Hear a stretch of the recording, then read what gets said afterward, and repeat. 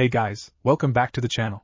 This is a story about what if Naruto thrown away by parents. Before I start, please support for more amazing content, and do consider subscribing to my channel and share this video with your friends. This is written by narufuuin and link in description and support writer. Let's start the video. Chapter 1. It was a beautiful day in Konoha 12 years after the Kyuubi attack, and at the Namikaze household we find a tall spiky blonde-haired male standing next to a red-headed woman, looking fondly at their daughter Narumi, the Kyuubi Jinchuriki. It didn't even cross their mind when Naruto walked in the door with scratches and bruises forming all over his arms and face. His black shirt was torn and his face carefully neutral.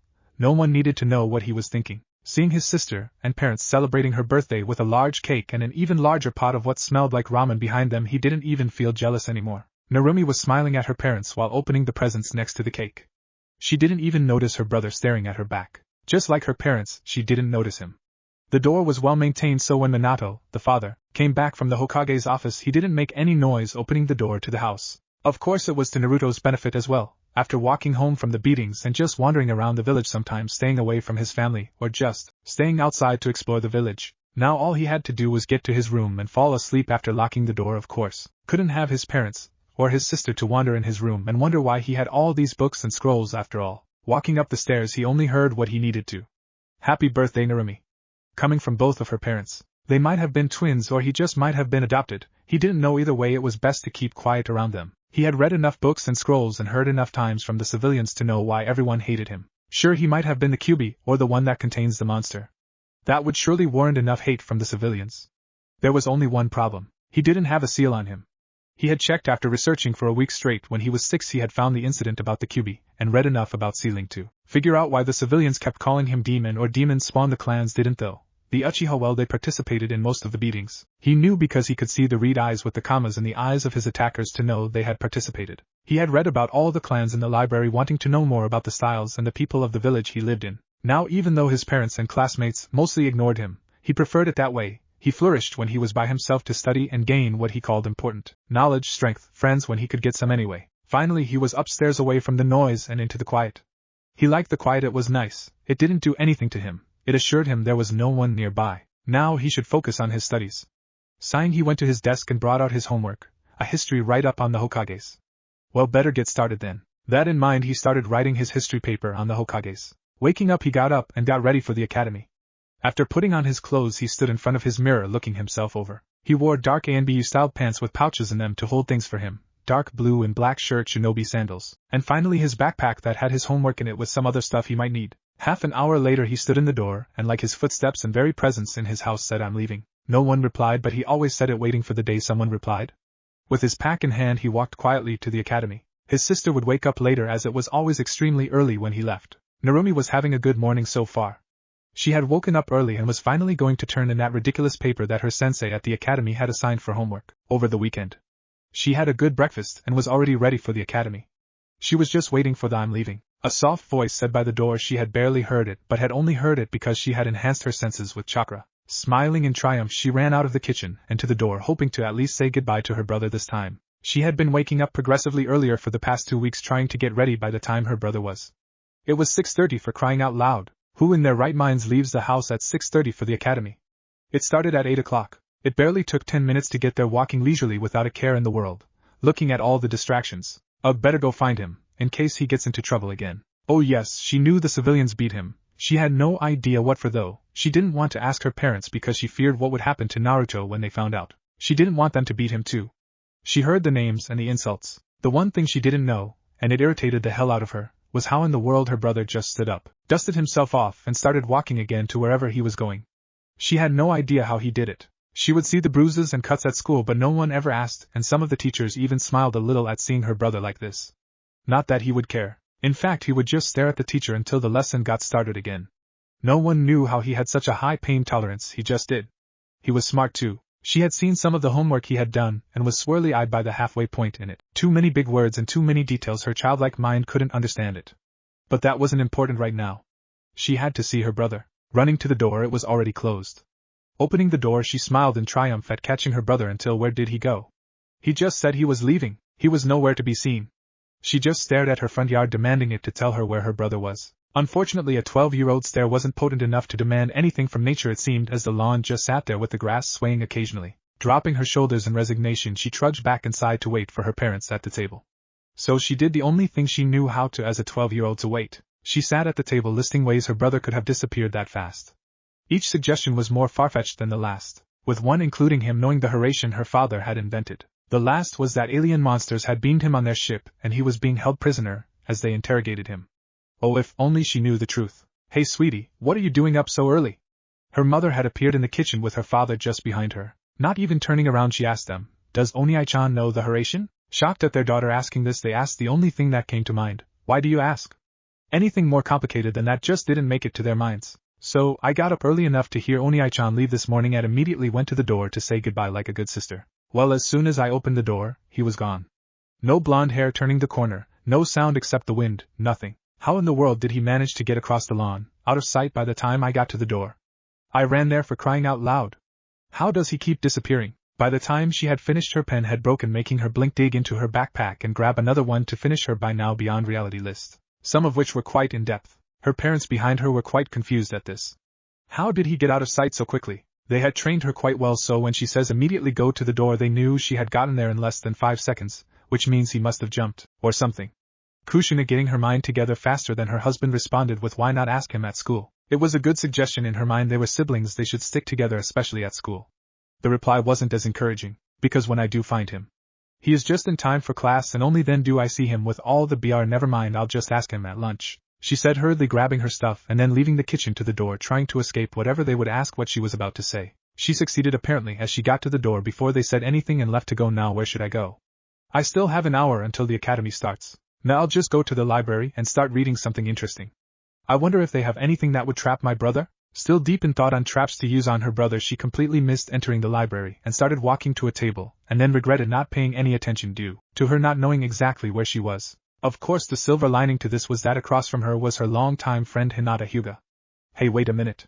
Hinata-chan, I have a favor to ask, Narumi says with the most serious face a 12-year-old can have. Being the shy girl she is, Hinata stutters back. Hi, and Narumi-san? Can you use your Byakugan to find my brother? He disappeared this morning. With Hinata having a huge crush on her friend's sister, she did the only thing that came to mind. Byakugan.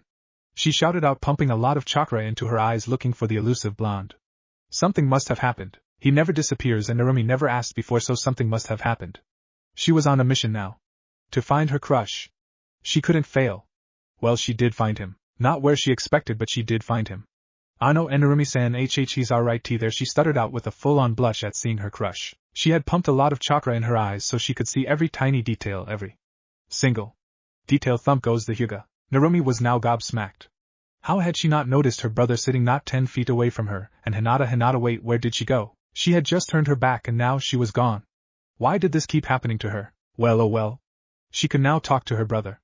Onii-chan, she said loudly, not even trying to keep her voice down in the library. Well, that was until he turned around, looked full on at her, and brought a finger up to his lips and hushed her. Man, did that bring her back to reality. With everyone in the library looking at her weirdly and even her brother hushing her, she quickly was brought back to earth. Sorry, she whispers to the audience. Now that everyone's head was turned away, she looked back to her brother. He was just sitting there with books all around him. Reading the titles she could see: Advanced Chakra Theory, Yin and Yang, Advanced Guide to Journeyman's Sealing, Elemental Composition, The Big Five, Medical Techniques, How to Save a Life, and many more under the books. Now she was confused. Does he leave so early every morning to go study? Onii-chan is a nerd, she shouted out again. All previous mentions of being quiet fled her mind at the proclamation. Naruto was completely and utterly unemotional when he heard his sister and her friend behind him. Ugh, who knows how long this will last until I get to go back to my reading. Most would be a bit surprised at seeing someone who avoided studying in every possible way at the library. Of course, right now he couldn't care less. Processing everything that happened, like when a teacher walked by and tripped, knocking his books over. Of course, he didn't really care at the moment. There was no reason to get mad at someone knocking some books over when they weren't being read, completely useless. So he just picked them up and placed them in order of advancement and subject again, with beginner on bottom and advanced on top. Now with everyone staring at him again, he didn't need that. No, now to hush his sister again. The nerd comment gained her no favor points with him. So he just hushed her again, and watched patiently as her shoulders dropped and realization struck her again at where she was again. Huh? Why? How? Were the only things going through Narumi's head as she processed what just happened. She found her brother, got shushed by him, called him a nerd after seeing the books he was reading, and then got shushed again, and finally realized where she was by the tap on her shoulder. Turning around, she turned into the hazel eyes of the librarian staring at her. Uzumaki Namikaze-san, please leave Naruto-san alone until he is done. You have disturbed him and everyone else enough for now, she said, looking straight into the scared girl's eyes. She had no idea why the poor girl was terrified of her. She was just a normal librarian. The fact that she had told and shoved the ANBU out of the library just because of his noisy behavior, shadow guards her derriere, might have something to do with it, but that was not her problem. She had been a high-level jounin before retiring to be the librarian she was. Didn't really care about much, just helping people find what they were looking for in books or in her library archives of scrolls. When she had met Naruto, the demon spawn of Konoha, she had looked at him, blinked, and then moved on. Of course, that was right before he had asked for tips in finding books and annotating things after copying scrolls for his own personal use. Nice boy, very polite, good help in organizing things when she needs help. Yes, ma'am, Narumi said quickly and quietly, trying to get away from the scary librarian. And please take your friend with you. I do not like her drooling near the books. Yes, ma'am, Narumi replied, not even caring about being ordered around. That woman was scary. Looking over the table at her friend, she found her on the floor with a dazed and happy look. Why did she look like that? Never mind, just got to get her and myself out of here. With that in mind, she picked her up and carried her out of the library. Of course, it was now 7:30 from wandering around the village and the library happenings, so to the academy. Besides, it was graduations today. Finally going to become a fully fledged shinobi. Thank you again, Naruto-san, for your help in returning the books, but shouldn't you get going? It's almost time for the academy to start, the librarian said. Thank you, Teru-san, I'll leave now. Thank you again for allowing me in the library, Naruto replied to the nice librarian. She was nothing but helpful to Naruto in finding books and scrolls on what he wanted to study. Walking out of the library, he hefted his backpack up with the new scrolls and notes on the older scrolls and books he had just finished. Walking to the academy, most would wonder how he got along so well with everything, considering his family doesn't pay any attention to him, and the villagers hate him, and most shinobi didn't like him as well. Well, he would keep a straight face and reply and say, it doesn't matter if they hate me. It doesn't do anyone any good. Even if I was the Kyuubi Jinchuriki, they wouldn't have much reason to hate me, and even then most of it would be toward the Biju and not me. It would do me no favors if I remained visible to everyone. I would rather be a ghost than be up on display for everyone to see. By now he had managed to make it to the academy, where he would sit in his normal spot, the back. Didn't want anyone behind him. He would rather be behind everyone, and considering no one paid him any attention, it worked rather well. Now all he had to deal with was Oenai-chan. Why does this happen every day? Good morning, Narumi-san, he said as she sat next to him in the back, as he completely ignored the pout/frown on her face. Shut up and sit down, came the normal shout from their sensei, Irika Yumino. Now, as you all know, today is the academy exam to become fine shinobi. It is a 3-part test, a written exam, a projectile exam, and lastly the ninjutsu portion. No talking as I pass the tests out. Walking through the desks, he passed the test out, looking at everyone's faces to see them go through the last obstacle in their way to becoming a true shinobi. Well, the last obstacle that they knew about, at least. Walking back to the front, he was almost there until, excuse me, sensei, the quietest student he had ever had spoke up. Naruto Uzumaki Namikaze was a practical ghost. He rarely spoke, and when he did, it was always a whisper. Rarely participated in activities, got mediocre scores on tests even though his intelligence was much higher than that. He had seen the homework, he knew Naruto's intelligence level. Yes, Naruto-san. What could he want now? During the last day of class, what is so important? What do I about the genjutsu on my test? What?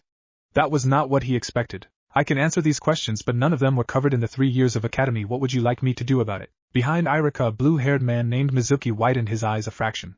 How could he have detected it? He's not even a shinobi yet. Irika, not privy to his assistant's thoughts, walked up to the back and looked at the test. What is the proper way to catch a thrown shuriken? What are the symptoms of chakra radiation and how do you treat it? What are 2 jutsu used for defense, and what are the hand signs? The test went on further on way more advanced things that they hadn't covered. So why? Genjutsu? Kai, he said, pulsing his chakra and dispelling the genjutsu on the test, showing the real test. Thank you, sensei, the boy said before looking over the real test. It was ridiculously easy. He breezed through it no problem. He might have overstudied a bit. Just a bit. Okay, last question. What are the 2 components of chakra? Okay, I really overstudied. Well, might as well put my all into it. With that thought, he wrote down all he knew and all he theorized about chakra itself, including manifestations of killing intent, ki, the presence used on newer shinobi to bring them into line, and the spiritual effect of chakra has in the use of jutsu. By the end of the bell, he had written over 2 pages on the subject, and looking over it, his sweat dropped at the entirety of it. Giving it to his instructor, he carefully maintained his neutrality, and moved outside to the practice range before they could yell at him for overcomplicating answers to the problem. Knowing his rival in knowledge, Sakura Haruno, glaring daggers at his back, he shrugged it off. She had never liked him. Her parents told her to bully him at school, and she tried, but him being as neutral as he is, it didn't really work except for making her look like a fool. Obviously she hadn't met the librarian yet. though he had a sneaking suspicion that Sakura wouldn't go near the library from the horror stories about the librarian floating around Konoha. Some were very detailed about what she did to people who were loud and rambunctious in her library. Outside, Naruto saw the training posts lined up and their instructors waiting with clipboards and boxes of shuriken. Next was the projectile portion of the test. Waiting in line, he stood next to Shino Aburame. A respectable boy, quiet, intelligent, and logical, never overestimating anyone no matter how low his or her scores were, analyzing everything. A nod passed between them both.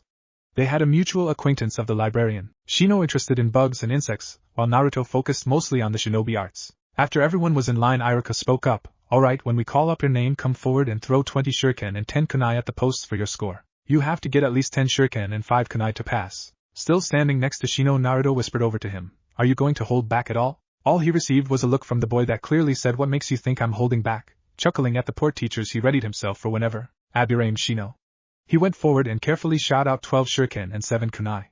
Passing lowly but still passing. Of course the glint in the boy's glasses were enough to say he was holding back a lot, not that the teachers knew. Okay, December 20th and July 10th, good job, needs a little work but acceptable. Next to Kimichi Choji. A rather plump boy walked forward and threw the weapons at the post, getting a solid 16 shuriken and 8 kunai. 16, 20 and 8 out of 10, nice job Choji. Next up, Naruto stopped listening and started thinking up who would be put in whose squad if they passed. The villages needed a good tracking or capture team to chase down criminals, so a Hyugas to find and incapacitate, and an Inuzuka for their sense of smell, also the Niken. Partners were very useful in the battlefield, and an Aburame could be used for a larger area, and their insects to drain an opponent's chakra for easy capture. The next Ino Shikacho combo was a for sure. Their parents always did things together, and always brought their kids along for the ride. Of course, Ino Yamanaka, a blonde-haired girl with a large bang covering one eye, was a fangirl, but that could be fixed with training. Naruto Uzumaki Namikaze. Hearing his name, he walked up and thought about how many to hit, so he did what he thought was passing. Perfect score. Iruka was shocked. This had never happened before. Was he holding back beforehand? Last up was the pretty boy Sasuke Uchiha, who thought everyone should bow down to him because of his clan name alone. Sasuke Uchiha. Score 19 out of 20 and 10 out of 10. Well done, Sasuke. And no, I did not go in alphabetical order. No, I don't care about it either. Okay, lastly the ninjutsu portion. Before we go inside, does anyone have any ninjutsu to show off before the test for extra credit? Iruka called out to everyone listening. Of course, Sasuke, being an Uchiha, did the extra credit and breathed out a fireball, much to the fangirl's amazement. If the U's and AHS heard were any indication, thinking about it, it couldn't hurt to have a bit of extra credit, so Naruto raised his hand and was called forward. Which to choose, which to choose. Alright then, Futon, great breakthrough. He called out just barely above a whisper, causing a great wind to blow the targets away from him. Nice job, Naruto-san, you get extra credit. Is that all? All in all, the clan heirs had jutsu from their clan, and Narumi had the chakra chains from her mother. After writing the extra credit down, Iruka brought the kids inside and started working on the Academy 3 tests. The list was reverse what came from the projectile test, so Naruto went second after Sasuke came out with a smug smirk with his forehead protector on his forehead shown off for all to see.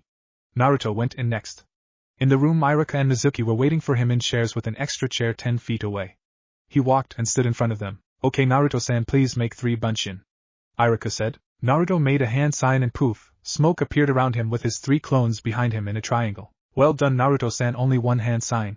Writing something down on his clipboard, he told Naruto, okay, now please transform into someone. Thinking for a minute, he nodded to himself, focused his chakra, and poof, smoke appeared around him and outstepped the librarian in all her terrifying presence. For a minute no one moved. The teachers knew it was a transformation, but it was detailed to the extreme, including her eyes that bore into the soul of the fool who would meet her gaze. Alright, Naruto-san, please drop the transformation. Poof, thank you, Naruto-san. Alright, lastly please replace yourself with the chair over there. Naruto merely looked at the chair and replaced himself with it. Very well done, Naruto-san, no hand signs, you passed. Take a forehead protector, you deserve it. When you walk out, please send Narumi-san in, please. Iruka was excited. He knew that the boy was holding back. And this is all the proof that he needed to rub it in the staff's faces. Are we allowed to leave when we walk out? Naruto asked in his normal whisper. I suppose just make sure to come back in 2 days for team placements. Thank you, sensei. Naruto said with his hand on the door. Opening the door, he saw the others get more confident. After all, if the loser in just about everything could do it, then it should be a breeze. They hadn't paid much attention to the last day. It was probably luck. Naruto had kept himself low on the grading scale as possible without failing, so as to get people to underestimate people. He had understood everything. No matter how many people tried to kick him out of class, if they did, he would just walk to the library, and the librarian would not be pleased about it. Those teachers never kicked him out again. The librarian was not to be crossed. She was a scary lady to those who she didn't like. And the academy teachers were on that list. Except Iruka, she saw his professionalism and had no dislike for the man. Walking out, he found his sister talking to her friend Hinata and walked up to her and told her that she was next. Okay, Oniai-chan, I'll see you in a bit after I get my forehead protector. With that, she walked into the room with the instructors and Naruto walked out of the academy to a training grounds. He had something to test out. It was dinner time in the Uzumaki Namikaze household and Narumi, Kushina, and Minato were eating silently while Naruto had already finished and washed his dishes. So how was the academy this morning? How were the tests? Minato asked Narumi. They were pretty easy, but Oniai-chan got his easily, I think. I know that he did a lot on the writing portion though. The way Sakura-san was glaring at him meant he probably kicked her, but on the written portion. Oh? I've seen her grades and they are nearly perfect. You're saying your brother could beat her in academics? Minato asked with an eyebrow raised. He never saw any homework from his son. It was disturbing. He knew it was getting done, he just had no clue how. He had also seen his son's report card. It was horrific. How did he match up to the genius of the class who had near-perfect grades? He could destroy her in academics. Every time she gives answers it is word for word what the book says, but when he gives answers it is the definition plus his understanding of the material. It has confused the teachers on occasion as well. Sakura-san would not be able to match up to him in anything. Plus she is a weakling. She was proud of her Oniai-chan. Even if she is more distant than she would have liked. They were family. They should be close. Too bad her parents hardly saw him, and never paid him any attention. That brought up a question though. Why did they not pay him any attention? Deciding to voice her question, she looked at her parents. Ka-san, Tu-san? Yes, sweetie? Her mother responded. Why don't you pay Oniai-chan any attention when you see him? Now that stumped her parents. Why didn't they? They were his parents, and yet they had to focus on her because she was the Jinchuriki of the Kyuubi. She couldn't lack any training. They were worried that if they focused on him they might miss something that could lead to it getting out, and causing untold amounts of destruction. Of course they had their reason. Just have to figure out how to tell their daughter that. Your brother likes his space, sweetie, we are just respecting that. Kushina said, twisting what he said concerning his room organization to this conversation. Even if she knew it was for the better to focus on their daughter, Kushina never saw it like that, and would have gladly focused on him, but now that it was so far into their lives it hurt her to follow Minato's advice on him. It only got harder now that he was nearly emotionless, just being a shadow around the house, not causing any ruckus or disturbance. Surely he was a lonely child. But now that they graduated they needed to train him anyways, so they would include him in training sessions since that was what Minato had promised her. But since you both have graduated, I promise we will start training you both in the Uzumaki and Namikaze styles of taijutsu. How does that sound? Kushina told her daughter in hopes of getting a positive answer. Really? Yes. Oniai-chan. She yelled, running out of the room towards the upstairs and his room. Upstairs in his room, Naruto was continuing his reading on the separate parts of chakra and writing down annotations for help later when he looked over it again. After coming back from dinner he had not done much and was finishing his journeyman ceiling scroll up. He kept it neat though, he had annotations in a separate scroll labeled Journeyman Ceiling Scroll Annotations. Finishing up, he was just about to reach for his chakra theory scroll until he heard a knock at his door. Now who could that be? No one ever knocks on my door. The only person who does is usually Kushina-san, and that is when we have guests who want to see me for some reason. Well, let's see who it is. Standing up, he walked over to his door and unlocked the seal and opened the door to see Narumi standing there looking like she had won the grand prize at a festival. Oniai-chan, guess what? You get to start training with me. We can train together now. Come on, let's go talk to Ka-san and Tu-san about it, she exclaimed, making him confused about why he was getting trained finally after they graduated. She then grabbed his hand and almost dragged him downstairs to their parents. Downstairs, Minato and Kushina were arguing about what they had just offered their daughter. How are we going to notice if something goes wrong with the seal if Naruto is there, Kushina? He argued. If something was going to go wrong it would have proven itself by now. It's been 12 years, Minato. The seal is sturdy. We both worked on it. Nothing is getting out of that seal. Act fine, Kushina, they are almost down anyway, so we had better get a schedule planned out. Just as he had said that, Narumi came running down, and Narumi was beaming with joy while Naruto only looked confused. Why was he confused? Narumi-san, could you step in the hallway for a moment, please? Naruto asked, surprising her a little, but she nodded and walked into the hallway for him. Surprising the adults, Naruto merely whispered and put his palm on the ground while a small burst of chakra was felt. He was checking for something. But what could he be checking for? This was the Uzumaki Namikaze household, nothing would hold here except what they allowed. Cocking his head to the side, he then flipped through 10 hand signs and sealed the room up to talk to his parents. Why are you just now starting to train me? Now that was not what they expected. For one, their relatively unknown son just placed a strong silent seal on the room. Since when did he know advanced Fuinjutsu? Second, why would he question learning two very powerful styles from arguably the best shinobi in the village? Minato got his mind together first instead of his wife and asked, don't you want to be trained in our styles? That's not what I'm asking. I am asking why give me training now, after the academy, after we set ourselves in certain ways that would impede a change in routine for our shinobi lives. It doesn't make sense to me. Why pay me any attention after ignoring me for 12 years? Because Narumi asked you so she can be with her brother? Because you feel guilt for leaving me alone all the time? What is it? Now that was certainly not anything near what they expected. He may have just broken their minds with those statements because he could see a glaze over Kushina's eyes and Minato had closed his eyes and was looking at the ground. Obviously you didn't really plan this out well, so I will return to my room. Good night, Minato-sama. Kushina-sama. I would suggest you explain why I am not training with Narumi to her. She will be disappointed with this. If you want me to leave because by some chance I was an orphan who just happened to look like you, I will move out if you want to keep focusing on Narumi-san. Although I will need a few weeks to gather funds to get an apartment. Naruto said, turning around, not seeing the crushed look in his father's eyes and the self-loathing in his mother's. Undoing the seal on the room, Naruto noticed Narumi was still in the hallway as he had asked. Narumi-san, you can come back in now. We're done in here. Sorry for taking so long. Naruto was still speaking at a whisper and had spoken quietly the entire time. They had only grown used to it. Moving out would prove a problem for him, but he could manage. If he hunted around the village he could find meat and could very well just grow his own vegetables and fruits for himself. Those survival guides and other books the librarian had told him to read were very useful. Walking out of the room and up to his room, he didn't see Narumi's confused face when she walked into the kitchen and saw her parents looking like a child had just died or something like that. Not knowing what to do, she walked over to her parents and just hugged them until they were done feeling sorry for themselves. I guess Oniai-chan isn't training in their styles after all. She thought, darn it. Just when I almost get to spend more time with him, finally this happens. What did he say to get them like this, I wonder? Looking up, she could see her father was pulling himself together, but her mother still looked terrified of something. She wouldn't get answers tonight unless she talked to her Oniai-chan, who was probably in his room. Resigning herself to comforting her mother all night, she pulled up a chair and hugged her mother, who readily replied by pulling her into her lap and hugging her back. Yup, no answers tonight. She thought while keeping a hold on her mother and trying to comfort her. It had been 2 days since that talk and some things had changed. For one, Kushina was up and ready at 3 a.m. in an attempt to talk to her son before he left. It turned out he woke up at 4 and was ready at 5:30. She started to hold him back a bit during breakfast to talk to him more and get to know him better, which he appreciated but was still confused by. It was now the team placements, and Kushina was talking to her husband about the teams. I'm telling you, Minato, put them in the same team with Miko-chan's son, that way they will be the best and have each other to rely on. But why Kushina? Sasuke and Sakura would be better if it was that. Besides, they are needed for the reformation of Team 7, the weakest and the strongest, balancing everything out. The team should be Sasuke, Sakura and Narumi. Those are the top, middle and lowest students. Are you telling me my daughter is the lowest student in the academy who graduated? Kushina asked with Ki rolling off of her in waves, scaring her husband a little. No. Narumi is not the worst, she is the middle. Sakura is the worst with the physical stats. I went over the reports yesterday and Narumi was right when she explained the difference between Sakura and Naruto.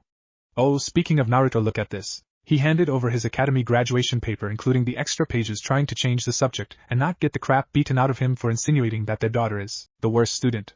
Kushina started looking over the paper and was mildly surprised at the level of thought in the answers and had to believe her daughter on the difference between him and anyone. His understanding would crush a Jounins at this point. And then she got to the last question. She started reading and by the end of the answer was in utter shock at the entirety of the answer. It had A and BU level answers in chakra theory that was only used by the people who wrote the books/scrolls on chakra theory. And it was easy to read too, almost like he didn't want to confuse someone when he wrote it. Then again, she did say he had confused the teachers sometimes, so that might be why. Minato, how in the world did he come up with this? I have no idea. Most Jounin never get that far in chakra theory, and here it is an academy student knowing it and having his own opinion on chakra, emotion and spirit effects in jutsu. Naruto is by all means the top in academics, however. His grades do not reflect that at all. His grades pretty much say he is an idiot, yet there is proof that he isn't. There is also a note that he refused to use the academy taijutsu katas. I don't know what to make of any of it.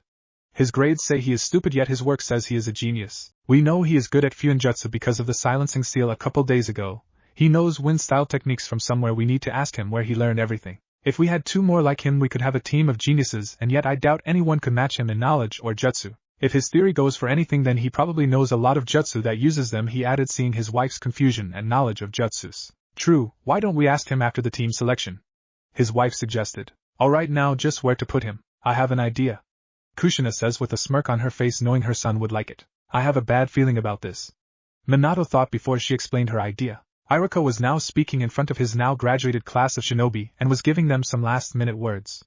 Be careful, for I know just how brutal this world is. If you need help, it's okay to ask others for advice. I know you all will make me proud as a sensei in your journey to greatness. Good luck on your own adventure in the world, fellow shinobi. He said, getting a cheer from the students about finally being shinobi. Now for team arrangements. Team Naruto zoned out by now and was focused on his new scroll the librarian had given him. It was focused on wind, nature, chakra and theory and how it worked. He was reading for a few minutes until he heard familiar names: 7. Narumi Uzumaki Namikaze, Sakura Haruno thump goes Narumi. And Sasuke Uchiha, Q fangirl screech, and another thump from Narumi. Team 8, Hinata Hyuga, Shino Aburame, and Kiba Inuzuka. Team 9 is still in use, so Team 10 is Ino Yamanaka, Shikamaru Nara, and Choji Akimichi. At this point Naruto was getting confused. There had never been a one-man cell before, and he was all that was left for the teams. Also at this point a Chunin that Naruto had seen at the library walked into the room and handed Iruka a note. Iruka looked at the note, and quietly argued with the Chunin before resigning and speaking loud enough to be heard. And lastly Team 11 is a one-man cell of Naruto Uzumaki Namikaze. That caused many raised eyebrows and loud responses from the fangirls of the class arguing why Naruto was a baka and would need a team while their Sasuke-kun wouldn't. Quiet. This was a decision made by the Hokage. If you want to change it, take it up with him, not me. Iruka-sensei? The person in question asked. Yes, Naruto-san? Does my cell have a sensei, or can I go speak with the Hokage now to see why he wanted this? You do have a sensei. In fact, you have multiple senseis right now. But you should go see the Hokage. It would probably clear up any confusion you have. And I have too, but I probably won't get to know. He thought to himself. Naruto then nodded to Iruka and left to the academy to see the Hokage. After naming the teams, a few jounin started walking in and grabbing teams. Soon only Team 7 was left, with Narumi taking a page out of her brother's book and reading a scroll to ignore her teammates. Though after thinking about why they were left alone, she put the scroll away and tried to get a conversation started between them. So who do you think our sensei will be, Sakura? Narumi said, trying to be civil to the fangirl and brooder. I don't know, Narumi, I just hope that whoever it is they get here soon. I don't want to wait any longer. Sasuke-san, any ideas? HN. Two very different reactions happened to this. One, Narumi just stared at the male, completely ruining her attempts at conversation with a single syllable. She was also a little peeved. 2. Sakura swooned at her crush's behavior and coolness. Not even a second after that, the door opened to show a head sticking with gravity-defying silver hair and a mask on with his forehead protector covering his left eye. His first glance at his team is Narumi looking irritated at a brooder, while the pink-haired one has hearts in her eyes looking at the brooder. And the brooder was just brooding. Well, my first impression of you is, I hate you already. Meet me on the roof. With that he vanished in a swirl of leaves. All three trudged up to the roof. On the roof we find the spiky-haired jounin and the 3 genins of Team 7 all sitting in a row. Now that we are all here, why don't we start introducing ourselves with likes, dislikes, hobbies, dreams, etc. I'll start. My name is Hitaki Kakashi. I have some likes and some dislikes, and I have hobbies that you don't need to know about yet, and as for my dream, never really thought about it, he said, finishing with his eyelid turning into an upside-down U that Narumi could only think was the masked man's way of smiling. Though her teammates were thinking something else, she was thinking, is that a smile for a masked man? And they were thinking he only told us his name. Now why don't you introduce yourself, Pinky? Bristled a little bit. Sakura started to introduce herself. My name is Sakura Haruno. My likes are, I mean who I like is, stares at Sasuke giggling. My dreams are, stares at Sasuke giggling. My hobbies are, stares at Sasuke giggling. My dislikes are Inopig and Naruto Baka. She said, finishing with a huff while Narumi frowns at the girl but kept her silence. Her brother would show just where her place is. Okay, next brooder. My name is Sasuke Uchiha. I have many dislikes and few if any likes. I don't have a dream to chase but 2 ambitions that I will complete. I have no hobbies other than getting stronger to obtain my ambition. 3 different reactions happened to the Uchiha's proclamation. 1. Narumi just sat there with a forced smile thinking of getting her dad to put her on a different squad. 2. Sakura was again swooning at the coolness of her crush. And 3 was Kakashi's blank face taking in the revenge-driven brooder. Getting over the sheer awkwardness, Kakashi motioned for Narumi to take her turn. My name is Narumi Uzumaki Namikaze. I like training and spending time with my Oni-chan when I can. I dislike idiots that can't tell the difference between the past and the present, people who are jerks to people who haven't done anything wrong. My hobbies are training and spending time with my friends and family. My dream for now as well, it's not important right now, she said, as her dream was a little selfish, and she didn't want her new team to think her selfish for a stupid reason. Alright, well, now that that's done, why don't you all meet me at Training Ground 7 at 6 a.m. for the Genin exam tomorrow? And before anyone could say anything about the academy exam, he poofed away. Narumi, do you know what he meant by the Genin exam? We just took one, didn't we? Sakura asked after he had left. No idea. Why did you ask me? Narumi asked, a little peeved at the so-called academic genius asking her. Your dad is the Hokage, right? Shouldn't you know this stuff already? How would I know if he doesn't tell me? This is the first time I have heard of it, Narumi said, and before Sakura could argue left the roof in search of her brother. Chapter 2. So then what am I, Hokage-sama? Naruto asked the man sitting in front of him. If I am not reserves, what am I? Considering Iruka said I have multiple senseis, and I can only imagine you giving me to the other rookie senseis as backup on missions to earn mission credit on my file. If that isn't it, what I am, then what am I, Hokage-sama? Naruto whispered as he looked at the blonde man in front of him and red-headed woman smiling at him next to the blonde man. Yes, that is the gist of it. You will mostly be training yourself to fit in any situation, but there is one technique I want you to learn first. The Hokage replied, smiling at his son. Very well. What technique is it? Naruto whispered with, as always, the quiet whisper-like voice. The shadow clone technique. It will help with the time it takes to learn things and give you more use to bond with teammates, to get to know them more and to plan things farther in advance, if you get that far with them, that is. The Hokage added, seeing his son's lost expression. Naruto nodded, then looked to him and asked, when may I get started on training? Now, Kushina-chan, could you please go with Naruto to show him the shadow clone? The Hokage asked as Naruto saw why she was here. Sure, Sochi-chan, we are going to training ground 11. Do you know the body flicker? She asked. Receiving a nod, they both disappeared in a whirl of leaves. Bold move, giving him the shadow clone. I'm not sure whether to congratulate you on finally noticing him, or congratulate you on sticking one to the council's plea for him to be held back. A voice said from the right window. Was it that bad, sensei? Minato asked his sensei. You want the truth or a comforting lie?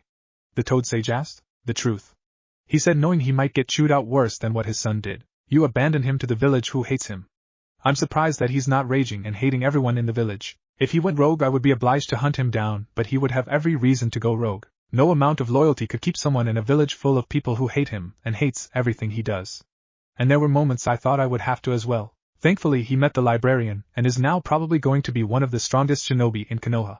But I have no idea if he will ever call back his emotions, though. He pushed them to the side, knowing that if he kept them he wouldn't be able to not hate people.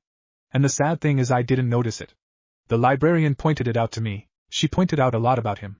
If I didn't know better, I would say Itachi would have a serious competitor for his potential, Jiraiya said to Minato, getting him to lower his head in shame. We couldn't leave Narumi alone, Jiraiya. She is the Kyuubi's container. We had to watch to make sure it couldn't get out, and in doing so you left your son to deal with hatred, Jiraiya said, getting a flinch out of the Hokage. Enough about that for now. What I want to know is, how does this librarian know so much about him when he is almost a ghost everywhere else? Minato asked, revealing a large curiosity of his. The librarian is a 40-year-old woman known for her intelligence and categorization. When the war ended, she built a new library with 2 sections in it. The first section has many stories and novels used mainly by civilians. The second section is categorized into branches, with nin, gen, tairyu, ken, and other jutsu used by shinobi, with scrolls meant for control purposes, and scrolls on fuin jutsu as well. That doesn't exactly tell me how she knows my son so well, sensei. Isn't that what you should ask him yourself? You already left him alone for 12 years. How much longer is he going to have to wait? Jiraiya said, looking at his former student seriously. If you're so worried about him, why don't you ask him yourself? Minato asked, a little irked by his sensei. I tried. Let's just say it didn't work, Jiraiya said a little sheepishly. Remembering what happened. Flashback.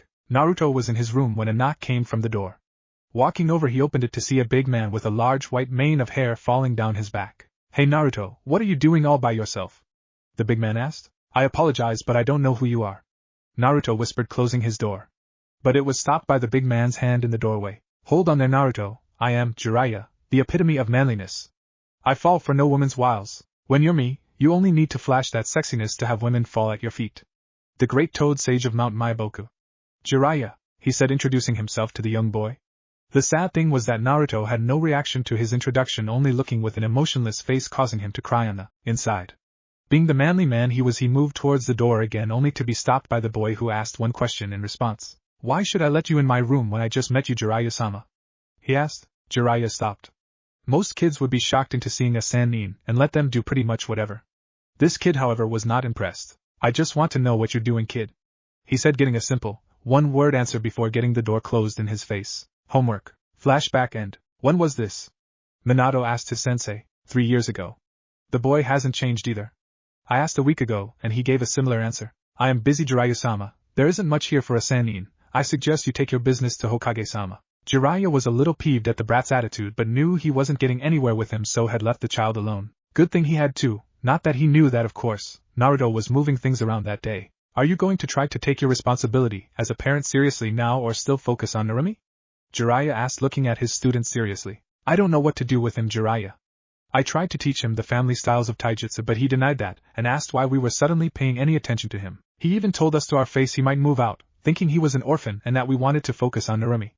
The scary thing is that he was right. I still want to focus on Narumi, just less because I know that I can trust Narumi's training in Kakashi's hands. But he is a total mystery to me. He is near emotionless, it almost makes me think he is one of Danzo's agents. Here Minato shuddered, thinking what the old war hawk would do with his son. He deserved a better childhood. Thinking that we weren't his parents all the time and focusing on Narumi, I can't imagine what I would have done in his position. He still doesn't call us Ka-chan or Tu-san either, only our names and very politely as well. Just stuffing himself in his room to do whatever he does when he goes in his room. Not that Minato had tried hard, or at all to find out what he was doing in there before the day before when Kushina and he were surprised by his grades and that he was nominated as Rookie of the Year, with as perfect scores as one could get. Only Itachi Uchiha had gotten that high in this and the last generation. Well, it's done now, no use on lamenting on the past, just keep an eye on him, and if he shows any signs of anything let me know, Minato said to his sensei in hopes the older ninja would be able to catch anything new about his pretty much ghost of a son. Ghost. Such a fitting word for him, seeing as we never notice him whenever we are in the same room or not, it's like he isn't there at all. Minato thought a little depressed. I'll keep an eye on him, Minato, don't worry, Jiraiya said, vanishing out the window and leaving his student to think and do paperwork. GC, so I am an elite genin? Naruto whispered, looking at Kushina. That's what your father calls it. Your job, from what he explained to me, is to work with everyone for better results. If the Jounin sensei were ever incapacitated, then you would take over and command the genin to safety, or if it's possible then to finish the mission. You also will take over training if the Jounin ever asks you to. You are pretty much training by yourself while helping the genin. Another thing, you will have to attend weekly training sessions with each sensei to get used to the teams. Does that make sense, Sochi-chan? Kushina asked her son, getting a nod. They had finished the shadow clone a while ago. Naruto had surprised her by making one to check the chakra cost of making the clones. After finding the cost, he made 5 and sent them to another side of the training field with instructions to do something about a seal. Sochi-chan, what seal are you having problems with? I'm a seal master myself, I can help you with whatever you are having troubles with, Kushina said, hoping to get closer to her son and wanting to know how advanced he was without their help. Naruto stared at her. Blinking a few times, he continued to stare for a few more moments, making Kushina think that she had done something wrong again and was about to apologize, but was stopped by Naruto when he started talking. While your help would most likely get this project done much quicker, I would like to say that I was the one to make the seal from scratch, he said, making her lower her hopes of getting closer to her son. However, there are a few things that you could show me that would speed the process up a lot if you would be willing to teach me? Naruto asked, seeing her plight in her eyes. What do you want to know, Sochi-chan? She asked brightly. I want to know more about Uzumaki sealing techniques. The Uzumaki were, are, and always will be known for their sealing prowess. I would like to think they made a technique to fasten the pace of writing seals out on the battlefield, but I have no knowledge on where I could find such a technique, and was hoping you could teach me if they had one. Naruto whispered, looking at Kushina, who was more than a little surprised, but very happy at the outcome, and very proud of her Sochi-chan to ask for the Uzumaki sealing techniques. Gladly, Sochi-chan. Just know, I will not be an easy sensei in teaching the Uzumaki sealing techniques, she said, looking seriously at her son. If he could not do it, no, he can do it. I believe in him, she thought, looking at her Sochi-chan's face of determination. Or is that how his face always is? She couldn't tell. Determining to take it as his determination, she began. Sochi-chan, what do you know about the density of chakra? She began. Density of a person's chakra can affect multiple things, such as chakra affinities, reserve size, coil size and jutsu size, length or strength. Nodding her head, she accepted that answer, though had more to add. The density of a person's chakra does affect those things, yes, but it can also cause it to become solid if one makes it thick enough. Like so, she said, holding her hand out palm up while a signature chakra chain came out of her hand, with the links being a deep bluish black. And I know they are different color. I am just making them that color, it does have a purpose. Walking closer, Naruto looked at the links that looked to be about between 2 and 1/2 inches thick. Are you consciously making the chakra thicker? It seems like the chakra is solid, not like a liquid that I imagined it would be in. Though being a chain, one would hope it would be solid, he said, musing to himself. Very good, Sochi-chan. The chakra chains were the method of many Uzumakis to restrain tough opponents because of the surprise that comes with them. Getting the chakra chains to work, you need to physically make your chakra solid enough to hold something down. That is what we shall start with before we can get into the Uzumaki sealing techniques, Kushina said as they got started on chakra chains with her son. It had been 2 months and Naruto was getting used to the D-rank missions the Hokage kept sending him on. He had advanced in using the chakra chains and had found out what they were the precursor to when Kushina had told him about the real technique. Flashback. It was 3 weeks after graduation and only 3 of the teams had passed: Kakashi Hataki's team of Sakura Haruno, Narumi Uzumaki Namix, and Sasuke Uchiha, Karina Yuhi's team of Hinata Hyuga, Shino Abirame, and Kiba Inuzuka, and Asuma Satobi's team of Shikamaru Naura, Ino Yamanaka, and Choji Akimichi. Naruto had gone on multiple D-rank missions with each team, though he had gone by himself quite a lot as well, using shadow clones to get the job done quickly and easily. He had just finished getting the chakra chains to work after studying Kushina's version more. It was more of an advanced chakra control method than anything else, as the user had to channel chakra through the chain to make it sturdy enough to grab something. Naruto had also figured out other uses of it as well. But Kushina was here to talk about the next step. Okay, Sochi-chan, next after the chakra chains is the liquid chakra. While it is usually easier to use the liquid chakra for the real technique, it gives you the right mindset and control needed to form the next step of the Uzumaki sealing. Use your chakra as a fluid. Let the ground be your paper and your chakra as your ink. Channel your chakra and control its flow on the ground to form whatever seal you want to write. Keep the image in your mind about what seal you are making to keep double-checking your work as you go. She kept talking as she knelt down and channeled chakra for the real technique. The chakra leaked out and spilled on the ground, looking a bit brighter than the chains were in color. Now it was a sort of bluish-green in color snaking along the ground as she formed a simple seal on the ground in front of her. With a small bang, the miniature exploding tag she wrote on the ground went off. Naruto watched Kushina and her chakra flow on the ground with interest, and had many ideas of seals he wanted to try when he mastered this. Flashback end. He had enough D rank stored to try out a C rank, but knew he shouldn't in case something happened on it, which would need more than him on the mission. He was very cautious considering he gotten out of the academy only 2 months prior. He had done a number of training sessions with each team as well and found that each team had their faults, and each team was a bit lazy. Kakashi's team only worked on teamwork that wasn't there because of the personality dynamics. He had sparred with them each and all together, and only Narumi and Sasuke ever truly attacked him, though Sakura's screeches could count as an attack if it got to your ear. Kurenai's team worked harder in that they trained a little bit, but Kurenai mothered her team more than trained them, and it showed when he sparred with each member. Shino was cool-headed and could plan. Kiba was brash but had good takedown jutsu, and Hinata had a very good advantage over him with her Byakugan. Asuma's team was lazy is the only good way to put it.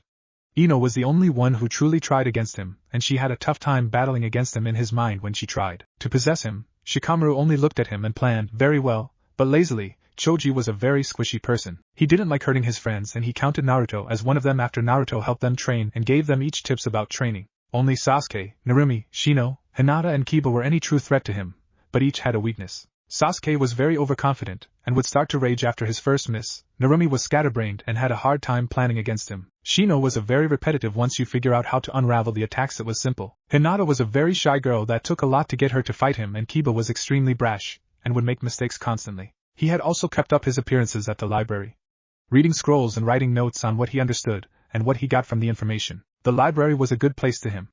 It only really tolerated people who wanted to read or pursue knowledge, in all forms, opinions, fact, theories, and group resignation on some subjects. Most demon haters never went to the library for anything, so it was a safe haven for him. Plus the librarian and the others at the library were always helpful if he needed to find something. That day the Hokage had summoned him though to his office while he was working on a medical scroll. Wonder why Hokage-sama needs me? He thought on his way up the tower. Walking up the stairway to the office, he knocked politely. Enter. The Hokage's voice came through the door. Opening the door, he saw Kakashi's team and Kushina behind the Hokage, who was in his chair looking over mission scrolls. Ah, Naruto, good timing. Team 7 has requested a C-rank mission. I want you to accompany them, is that understood? What is the mission? He asked, guarding a bridge builder from Wave. You are to stay with him until the bridge is finished.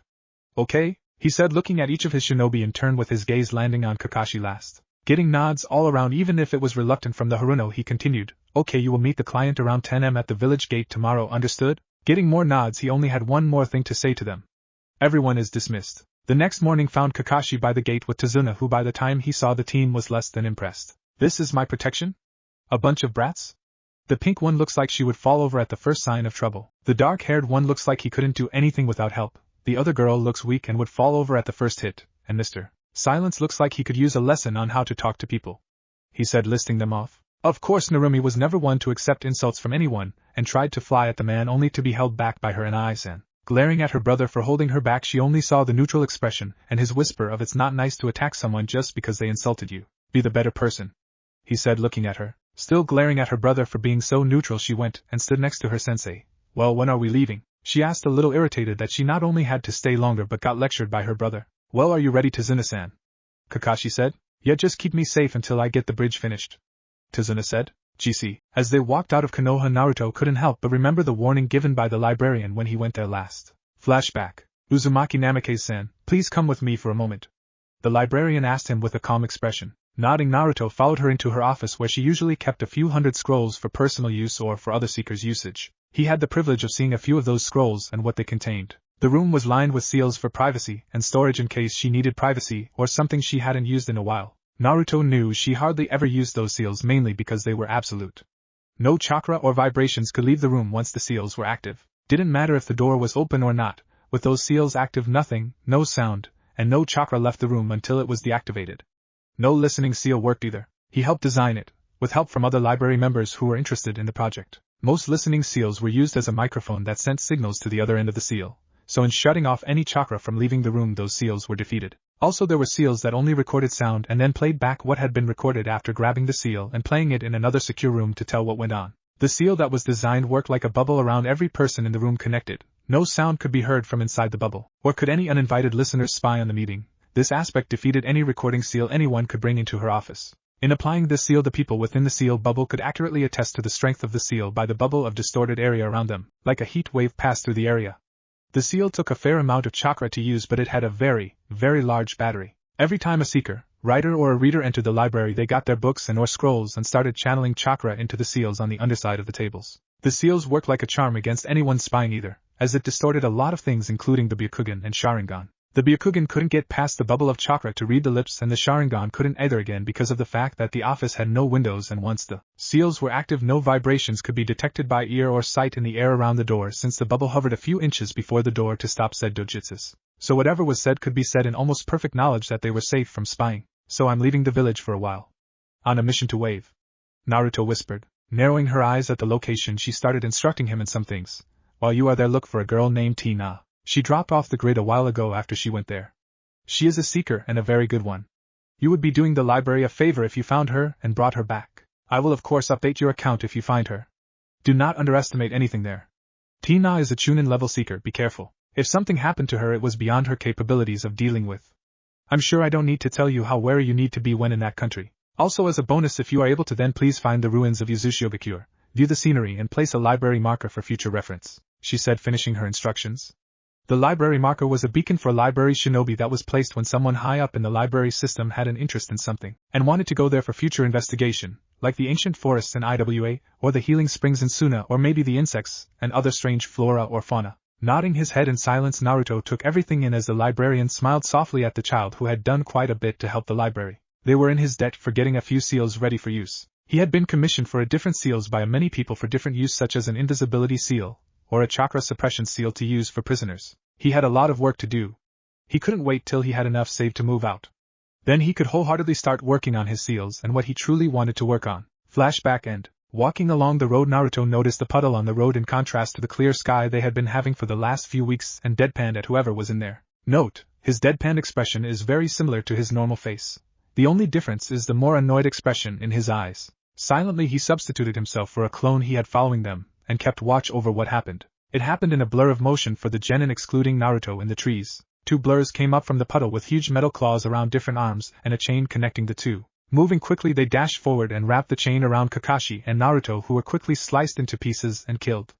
At least that's how Team 7 saw it happen. Naruto watched as the two missing nin went directly toward the guy they were protecting, but Narumi and Sasuke reacted fast enough to deter them enough to save him. Sasuke used a kunai and shuriken to pin the chain to a tree, pinning them together while still linked by the chain. They both released the chain simultaneously and charged the brats who dared attack them. Sasuke was having a rough time taking his opponent down, as he was faster and stronger than the genin. Narumi was having an easier time than Sasuke, but still a rough time as she was trained by the Hokage. After a minute of fighting, the two brothers were simultaneously knocked out by Kakashi, who headlocked Sasuke's opponent, and Naruto, who merely chopped the back of Narumi's opponent's neck.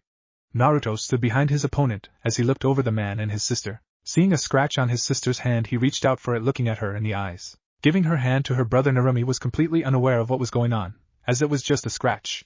Hey, what is that green stuff? She thought to her tenant. Yes, Narumi knew all about the Kyuubi, except for, unlike her mother who kept it locked up tight, she got to know the beast actually trying to get to know him. He was still a jackass, but hey, it was getting better. He tolerated her presence now instead of just shoving her out of the mindscape. He even accepted her compliments on how soft his fur was when she had climbed on his head one day. Strangely enough, it was those compliments that had made the Kyuubi wonder about what his container truly was like. He was not pleased by her brother's act of neutrality when he could feel the pain, but it was not his place. Kyuubi had kept most of what he knew to himself other than the useless tales he had told Narumi. It's poison, brat. Looks like your brother knows what's going down at least. The Kyuubi said as Narumi started to feel something different with her hand. Coming back to reality, she looked down and saw her brother concentrating on her hand with a green glow around her. The scratch. His eyebrows were furrowed, showing just how concentrated he was. After a few moments, the green substance came out and Naruto used his medical chakra to take it off his sister's hand. Staggering back a few steps, Naruto took a few deep breaths before regaining his neutral facade. The looks on the genins' faces were different, however. Narumi looked thankful, Sakura looked annoyed at him again, and Sasuke looked at him in contempt. Why would he help someone who was weak enough to be hurt in the first place? Sasuke thought as he watched Naruto remove the poison from his sister. Guessing Sasuke's thoughts by his face, Naruto turned to him and spoke, Sasuke, it is the job of the strong to protect the weaker as they grow, for they are the ones with greater potential. Self-sustaining shinobi will only wilt as they stagnate in their skills. Naruto then turned to his sister and finished treating her poisoned hand. Finished with treating her hand, Naruto moved away and looked at Tazuna. I think you need to tell us why you are being targeted, Tazuna-san. Enemy ninja don't show up during C-rank missions, just thugs and bandits, not shinobi. Who would want you so dead as to hire missing Nin? Naruto questioned the man. Sweating at the accusation, Tazuna looked at the others and decided that they should know the truth. And so came forth the story of Gato Incorporated in Wave, the monster that owned the corporation that controlled the Wave population. Since you lied about the mission, I have no choice but to return to the village for the kids' sake. They aren't ready for something like this, Kakashi said as he started to move back but stopped when he saw Naruto staying by Tazuna's side. Naruto, come on, we're going back, the Hokage needs to know about the mistake here. Naruto just kept staring at Kakashi with little to no emotion. Sighing, Kakashi looked at Naruto and said, You're going to keep going, aren't you? Receiving a nod from Naruto, Naruto then turned and spoke back to the team. You are the sensei of your team and hold power over them, yes, but I am a lone man cell with no sensei. An elite genin. Besides, doing the mission is the best for the end of our shinobi records. How often do you get to help free a nation? Naruto said, looking straight at Kakashi. Kakashi was now in a pinch. If he relented and allowed his team to go, they could be in danger. However, if he left, then Naruto would be in much greater danger than they would be. Neither decision would come without consequences, and pulling rank wouldn't work either because Naruto was a partner team in the mission, meaning if anything happened to them he would be responsible to finish it, and vice versa. Closing his eye, he thought about the two situations and decided that he didn't want the Hokage's child by himself in another nation. That was just asking for trouble. Smiling at Naruto, he responded to Naruto's stare, we will continue with the mission. Causing a mental cheer through Team 7. The rest of the journey to the water was simple as they didn't really talk much. Sasuke was brooding as usual. Narumi was looking along the road for any more traps and Sakura wasn't paying anything besides Sasuke attention. And Kakashi was paying attention to his surroundings while reading his smut. Sakura had asked if there were any ninja in Wave and was answered with a no. Wave didn't have ninja as only country with villages had ninja. Lightning, rock, wind, fire, water, grass, rain, and others had villages, though the big five, lightning, rock, fire, water and wind, were considered the top five, being the biggest and strongest with the Kages as leaders of their villages. Naruto, who already knew this and other facts about each country, ignored it and kept looking at the road ahead. At least he did until Sakura tried to insult him again. Why aren't you paying attention, Naruto baka? This is why you are so stupid, you never pay any attention to anyone. She shouted, successfully getting on his nerves for once. The reason I never paid any attention in class is because I already knew it. For example, did you know that the Raikage, said to be the fastest man alive because of his lightning armor, leads Kumogakure? Kumo also has a lot of lightning specialists, being in the land of lightning, which upgrades their already deadly kenjutsu. Naruto whispered in a whisper-like tone that had ice in it. Furthermore, what is more important to you, impressing the Uchiha, or becoming a kunoichi? You have no skills, loud as a banshee, and have no concept of stealth whatsoever. He said, staring at the girl who was trying to uphold a strong front, but was failing miserably. You have chakra control but no means to use it. You have no genjutsu, no medical jutsu, nothing but the Academy 3 that you had to do to graduate. So tell me, Haruno, who is more stupid, the one trying to impress someone not even interested in them, or the one constantly improving himself, giving tips and helping where he can? At this point Sakura was in tears at his blatantly obvious points. Naruto, I think that's enough. Kakashi said, ending the verbal abuse Naruto was doing to his student. Completely relevant and useful advice, but she is still my student, Kakashi thought with a little remorse. Why did I pass this team again? Oh yeah, the council decided in its infinite wisdom that I had to teach this team. They had decided that after a bit of research looking who was going to train the last Uchiha, Sasuke had been the second golden child of Konoha, with Narumi being the first. Naruto was little more than a ghost to most people. Not after some idiot leaked it that Naruto instead of Narumi was the Jinchuriki. There were only a few attempts at assassination on him, both politically and on the streets, after the announcement. Of course it was never proven who had done it. Kakashi mentally shook his head. He didn't need the reminder of how bad he had failed protecting his sensei's son from the abuse. As they walked along the road in silence, Naruto was going through his finances and other seals that he knew while keeping watch to pass the time. Kakashi was still reading his smut, though only flipping 2 pages every half hour, showing his attentiveness. Sasuke was brooding as usual, though had an inkling in the back of his head nagging him about what Naruto had said to him about the weak and the strong. Sakura was just looking at her crush, hoping to get some attention, though at the back of her head a voice started whispering things against Sasuke, like his arrogance, pride, and selfishness. As they reached the water, a boatman sailed up and Tazuna talked to him and got them in the boat. Kakashi had to walk a ways because the boat didn't have enough room for him. Naruto switched with him after a while so he could rest. He didn't have infinite reserves after all. The genin were quite surprised that the Naruto could do so much that they couldn't. Why didn't Tusan and Ka-chan teach me that? Narumi thought a little sad that she was still so far behind her brother. How is he walking on water? Sakura thought towards the blonde. She still couldn't forgive him for embarrassing her in front of Sasuke. How could that loser have such skill? I needed to destroy him. Sasuke thought in fury. Fufufa naughty Kasumi-chan. Were the thoughts of the leader of the team. Okay, so I have just enough for an apartment, but not enough to keep me fed after that. I am going to have to either start taking more missions or selling some seals to the library, or a shinobi-only store. Okay, next is seals, and so Naruto's thoughts kept going through his finance options and possibilities of seals with the Uzumaki way. Once they arrived at shore, they got off and were walking to Tazuna's house when they walked by a nearby lake, and the fog seemed to thicken a little around the woods. Suddenly Narumi threw a kunai toward a bush where a thunk was heard. Walking over to check it out, Naruto saw a bunny with a white coat. Frowning, he picked up the bunny by its neck and showed it to Kakashi, staring meaningfully at the coat. Widening his eyes, Kakashi shouted out, "Get down!" with Kakashi grabbing Tazuna and the genin hitting the deck. Not a moment later, a giant sword flew over their heads, slamming into a tree where Naruto saw just what he wanted to see. An eyebrow-less ninja with cow print pajamas. "Oh joy," he whispered out. Unluckily Zabuza heard and snarled at the brat who thought to insult him. "Quiet you! You're not so smooth yourself either, are you? You can't be above genin at most," Zabuza shouted, releasing his full ki on the group, getting a passed out Tazuna. Narumi was quivering, Sasuke was shaking, Sakura was on the floor holding her head, a blank jounin and a miffed blonde. Said blonde just yawned at the ki and looked to where the pajama ninja was. "Because I don't believe it to be worth my time either. Let's just cut to the chase, shall we? You need Tazuna dead, we need him alive. The same individual, different states of being." Naruto whispered out, a little annoyed. Bantering was, while fun, a waste of time right now. "Excellent idea, brat. Let's begin. Hit and miss technique." As he said that, thick fog rolled in and blinded the group, the conscious ones anyway. They got ready to counter whatever attack this monster could cause. "Ghost child, not even a week into the mission, and I am in charge, yippee," thought one Naruto Uzumaki Namikaze.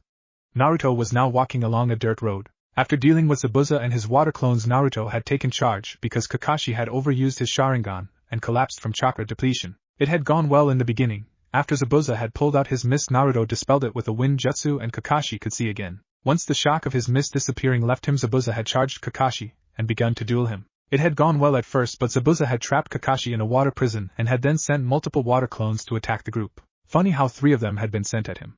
He had formed 5 shadow clones and attacked the clones in pairs. It wasn't too difficult. Seeing how water clones had 1/10 of the original's power, while shadow clones had equal power to their owner, the pairs had overwhelmed the water clones quickly, and once their targets were down, turned to the other genins. Just in time to see Narumi throw a kunai at Zabuza's arm from above the water. Naruto wasn't sure if she had planned it, but it had done more than just free Kakashi from the prison that had then won the fight against the assassin. After the fight, if you can call it that, was over, a mist Anbu had appeared and had taken Zabuza's body away, saying it needed to be purged of information. It was strange to him to see such information go to waste, but thought better of it since he had no say in mist politics. Now he had to deal with an uncooperative Uchiha, the golden child of Konoha, and a pink howler monkey who had absolutely no motive for being here other than to try to woo the first child. "Alright, Narumi, form 10 shadow clones and have them surround us, keep them hidden in the woods following us as we walk. Make sure no one can see them. Once we get to the house, have them wait 5 minutes before dispelling. Okay, now that that's done, all of you surround Tazuna, and we will walk to his house." 14 clones poofed into existence, 10 of Narumi's and 4 of Naruto's. 2 of Naruto's clones went into the woods as well as Narumi's on both sides of the group, while one picked up Kakashi and another helped after waking Tazuna with smelling salts. Tazuna led the group to his house through the woods. As they came closer to the house, they saw it was an unassuming wooden house. Walking up to the house, Naruto made 2 clones and they ran off to the surrounding area. Tazuna opened the door first and walked inside. Hearing the door, a brown-haired woman came from another room and exclaimed, "Father!" running up and hugging him. "Tsunami-chan," Tazuna said, hugging her back after moving a bit so everyone else could come inside. "Tsunami, these are the super ninja that Konoha gave to protect me," he said, ignoring the scowls the genin gave him after he insulted them at the village. Walking up to Tsunami, Naruto introduced himself and the team. "Good afternoon, ma'am. My name is Naruto Uzumaki Namikaze, the genin leader at the moment. The black-haired one is Sasuke Uchiha, the red-head is Narumi Uzumaki Namikaze, the pink one is Sakura Haruno, and the spiky gray-haired man is Kakashi Hatake the Jonin. Do you have any spare bedrooms at the moment, or somewhere he can rest?" Naruto asked in a volume just barely over a whisper. "Oh my! Of course, follow me," she said, showing the 2 clones where they could put the poor man down to rest. After putting him down for the night, the clones dispelled, startling the woman seeing 2 people just disappear into smoke, but just filed it under strange ninja things and walked back down the stairs to where her father was. Suddenly the door opened, and in walked a short kid that, to Naruto at least, looked emo. He looked at the ninja before rushing his grandfather, and hugged him saying, "Welcome back, Grandpa." Then looked at the ninja once more and left the room, walking upstairs. Narumi, ever being the blunt one, asked, What's up with him? Naruto sighed at Narumi's question while the civilians looked at each other a moment, then told the story of his adopted father, Kaiza. Naruto found the man to be very courageous as a civilian, while Narumi felt for the poor boy who lost his father figure. Sakura was taken aback at the story and was silent while Sasuke just brooded, all the while the little voice in his head about Naruto's words were coming back, before being ruthlessly squashed not to be heard for some time. After the story, Naruto went upstairs to check on Kakashi. Walking in the room and looking at Kakashi, Naruto noticed that his breathing was steady and was out like a light. Making a clone to watch, he started to breathe deeply. Naruto and walked over to the man and kneeled down in front of the bed, sitting on his feet. It was a low bed, so his shoulders were less than 2 feet above Kakashi's chest. Making a hand sign and furrowing his eyebrows a little, Naruto put one hand above Kakashi's chest, and the familiar green glow of medical chakra sprang from his hand. Doing a diagnostic on someone was still a little unfamiliar to Naruto, hence the clone behind him watching his back in case anyone tried anything as he focused on the man in front of him. Closing his eyes, he focused harder and started his task of identifying everything that was wrong with the Jounin. 2 cracked ribs, minor bruising on chest cavity, very low chakra levels, and unknown warp in chakra pathway around Sharingan eye. Opening his eyes, Naruto opened the Jounin's flak jacket and poured healing chakra into the bruises and cracked ribs, watching as they started to slowly get smaller in size and lighter in color. Stopping the chakra, he leaned back and panted for breath. Looks like I will have to keep practicing on medic chakra if it takes that much out of me. How much time has passed? He asked, looking at his clone. 4 hours. His clone said neutrally, looking at his original. Widening his eyes a fraction, Naruto looked at his hands. 4 hours? I know I lose track of time when healing because of the concentration, but come on, 4 hours? He said, honestly surprised.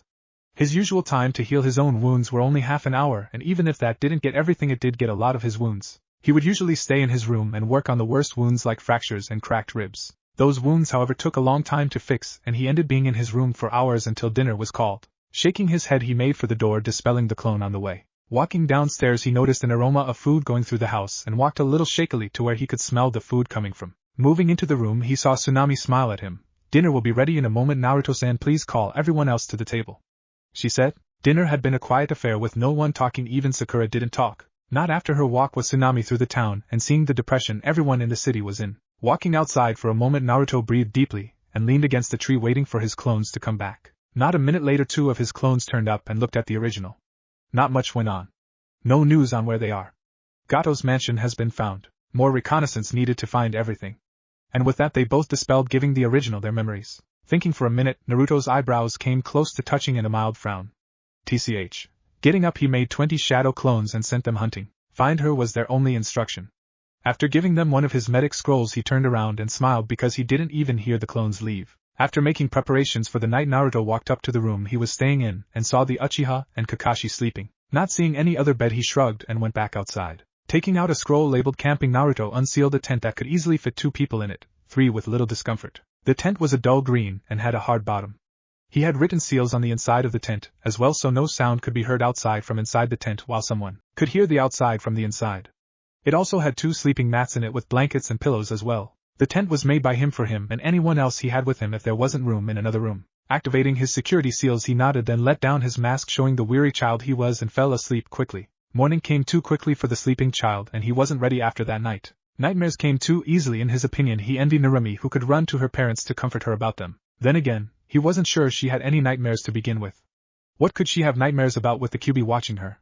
Best not to think about it. Shaking his head, Naruto got up and got ready for watching the other kids. Dressing and putting his tent away, he walked into the tree for a minute to meditate as his usual morning routine. Making one clone to watch him, he closed his eyes and started to breathe. Narumi wasn't having a good morning.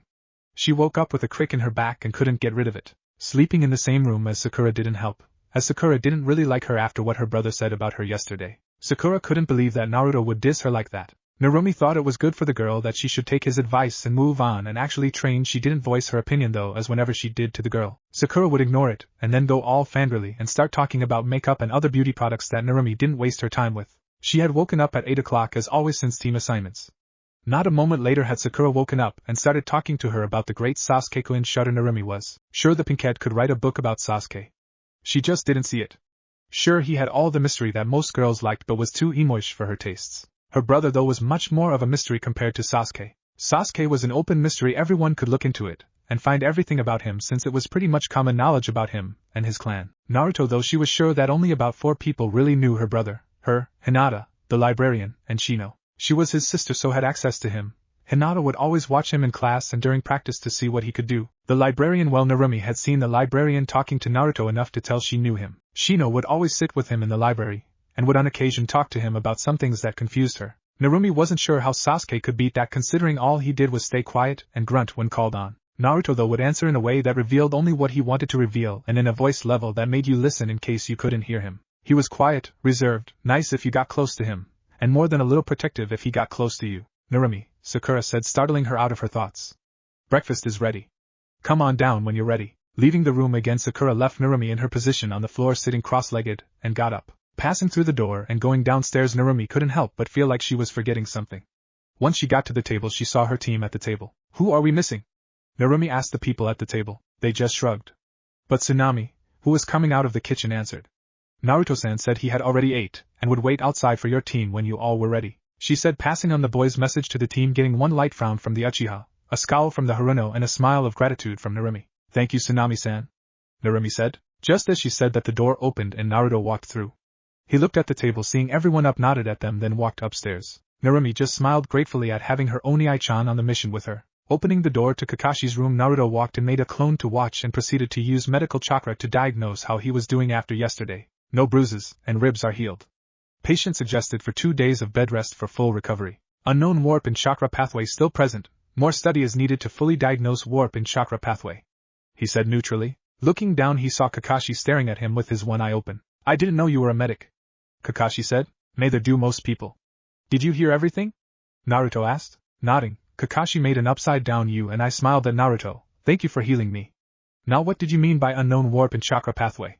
And where is it? He asked curiously. Normally chakra pathways are smooth and straight towards wherever the chakra is needed. Behind your Sharingan eye, the warp is that the pathway is twisted. But that can wait, the chakra can still get to your eye, and that is what's important for right now.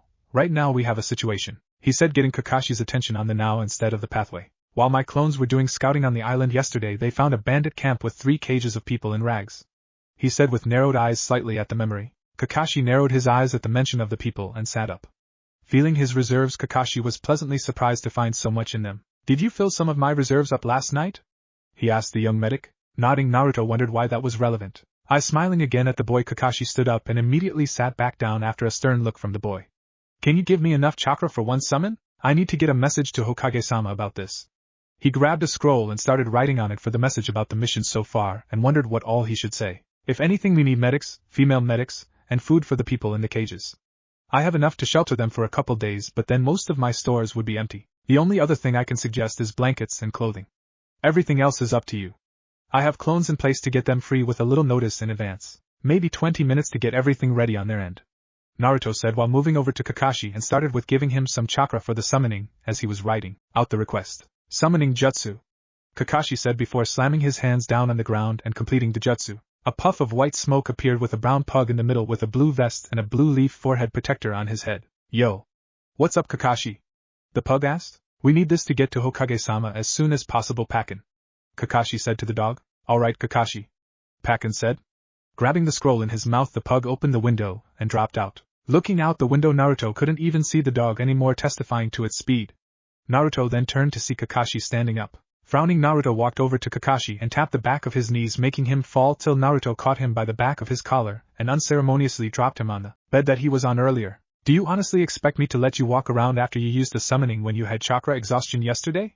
Naruto said with one eyebrow raised. Nervously chuckling, Kakashi got comfy on the bed again, sitting up, and then turned to Naruto. Are you going to train them, Naruto-san?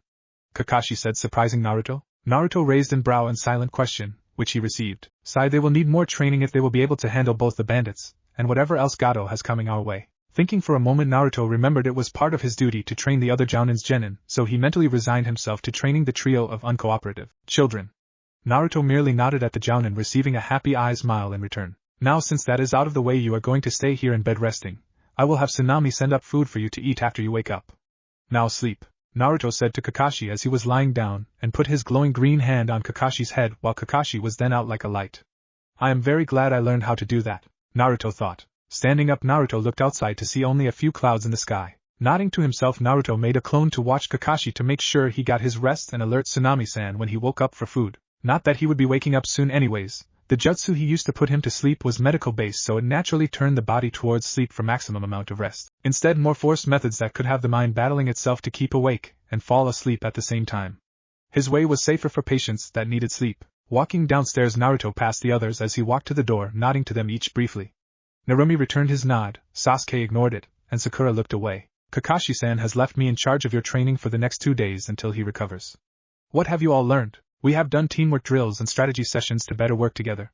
Not much for individual growth, Narumi said, ignoring the glares from her teammates. Closing his eyes, Naruto thought about how he would train them all for a moment. But apparently the others didn't like that he was training them. Why are you training us, Baka? If any one of us should train us, it should be Sasuke-kun, the pink one said with devotion. Not disturbed in the slightest, Naruto continued thinking before he opened his eyes right before another outburst by Sakura. I'm going to train you because I know more than he does. Honestly, I probably know more training techniques than probably Hataki-san does at the moment. It just depends on what you all want to do. But heavy training would take more time, so we are going for more general training right now. So that considered, have you all learned the tree walking technique? He asked, getting a shake of Narumi's head indicating a no. Alright, follow me. Tsunami-san, I am going to take them training. We will be back for dinner. Don't worry about lunch.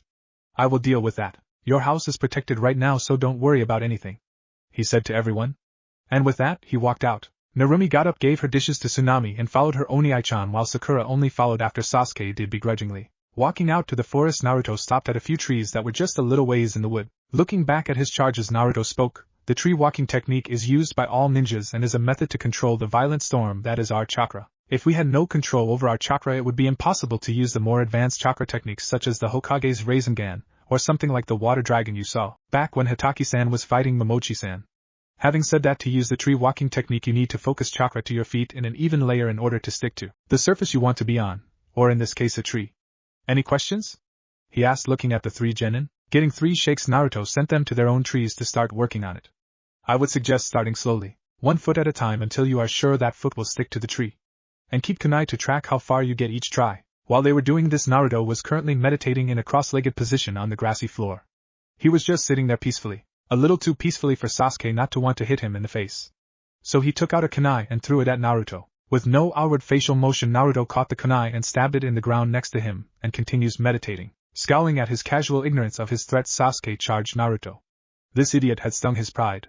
He would prove he was the best, an elite. Narumi was just staring at Sasuke in apathy as her teammate charged her Oni-chan. It was only a matter of time before Sasuke's temper flared at her brother. She knew how it was going to end, so she just kept going on the exercise. Sakura, on the other hand, was ecstatic that her crush was finally going to show his dominance over the blonde idiot. Sasuke was 5 feet from the prone blonde when he started his wind-up, throwing his fist forward to plant it in the blonde's face. Not a foot from the blonde's face, however, a clone caught his punch and stopped it cold. Sasuke was shocked.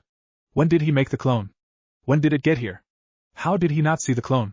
All these questions and more were raging through the youth's head as he stared at the apathetic eyes of the clone, who merely pushed him back. You still haven't finished the exercise, Uchiha-san. Boss will give you a fair spar after you finished. Now go get to your exercise, the clone stated after Sasuke was done staring at him like a ghost. Sakura was no better, however, and was staring slack-jawed at her crush's casual brush-off. In all that time, Narumi was still slowly walking up the tree as her brother had suggested, and found it to be easier than what Sasuke was trying, since he was trying to run up the tree with inertia instead of how it is supposed to be, a chakra-controlling exercise instead of an endurance exercise. 3 hours passed and Sakura was on the ground, sweat pouring out of her pores and heaving great breaths in her need of oxygen. Sasuke was on ground, panting slightly less heavily than Sakura but still panting. Narumi was lying on her back as she tried the exercise again, walking up the tree and getting a good way up before it cracked slightly, and she wobbled for a moment before she steadied on her back foot and stepped forward once more. She made it to the top within 4 hours while the others couldn't. She couldn't help but gloat a little at them. Ha! Take that. 3 hours in and I'm farther than both of you. She grinned madly before she felt the smack of a paper fan. Looking behind her, she saw her brother with a paper fan in his hands outstretched. In her confusion, she lost control and fell to the floor. Ah! Right as she was going to meet the forest floor, she flipped and landed on her feet with a loud thump. After knowing who did it, she glared at her brother for her decent, and pointed at him. Oh, I was doing well that time. Why did you hit me? No bragging, he said blankly. Pouting, she went back to walking up the tree. Another 3 hours had passed, and all 3 of them were on the ground panting. Looking at the 3 of them, Naruto made 3 clones, and had them heal them before making them go to sleep. They needed rest for now. Using his medic sleep technique, he put them to sleep. He had the clones bring them back to the house and put them on the futons for each person, putting the blankets on each of them. Narumi was tucked in, but the others weren't showing his slight affection to her. Turning around he saw Tsunami smiling at him before allowing him back through the door. Such a responsible gentleman, she said as they made their way to the kitchen. Naruto had sent a group of clones out to the bridge in order to guard Tazuna. Naruto was mostly just doing what he thought he should as the highest member of the team. Naruto was about to respond but felt a clone he had stationed around the bandit camp dispel, showing him their memories. The slight widening of his eye was the only sign showing his shock at the memories. His pace quickened as he walked out the door. I most likely won't be here for dinner. The others should wake up soon and will most likely be hungry as well. There are ingredients in the kitchen that should cover tonight well enough, he said just before closing the door behind him. Moving to the window to see where he was going, Tsunami was shocked to see she couldn't see him anywhere but put it up under the ninja abilities folder in her brain. Slightly worried, she got to work on the dinner for the other ninja in her house. Where is she? Naruto signed to one of his clones nearby his position. It had taken him an hour running and tree jumping to get here, so it was a ways away from the bridge builder's house. In the second cage, being helped by a few of the other women.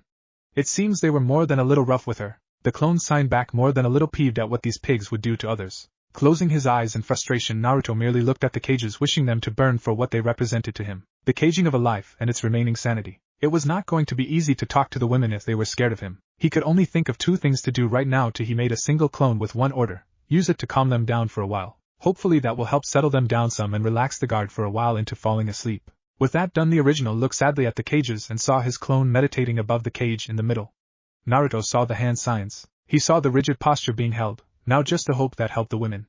He could feel the different chakra leaking out of the clone as it sat upon the cage. It felt calm and cool, like a glass of water during summer.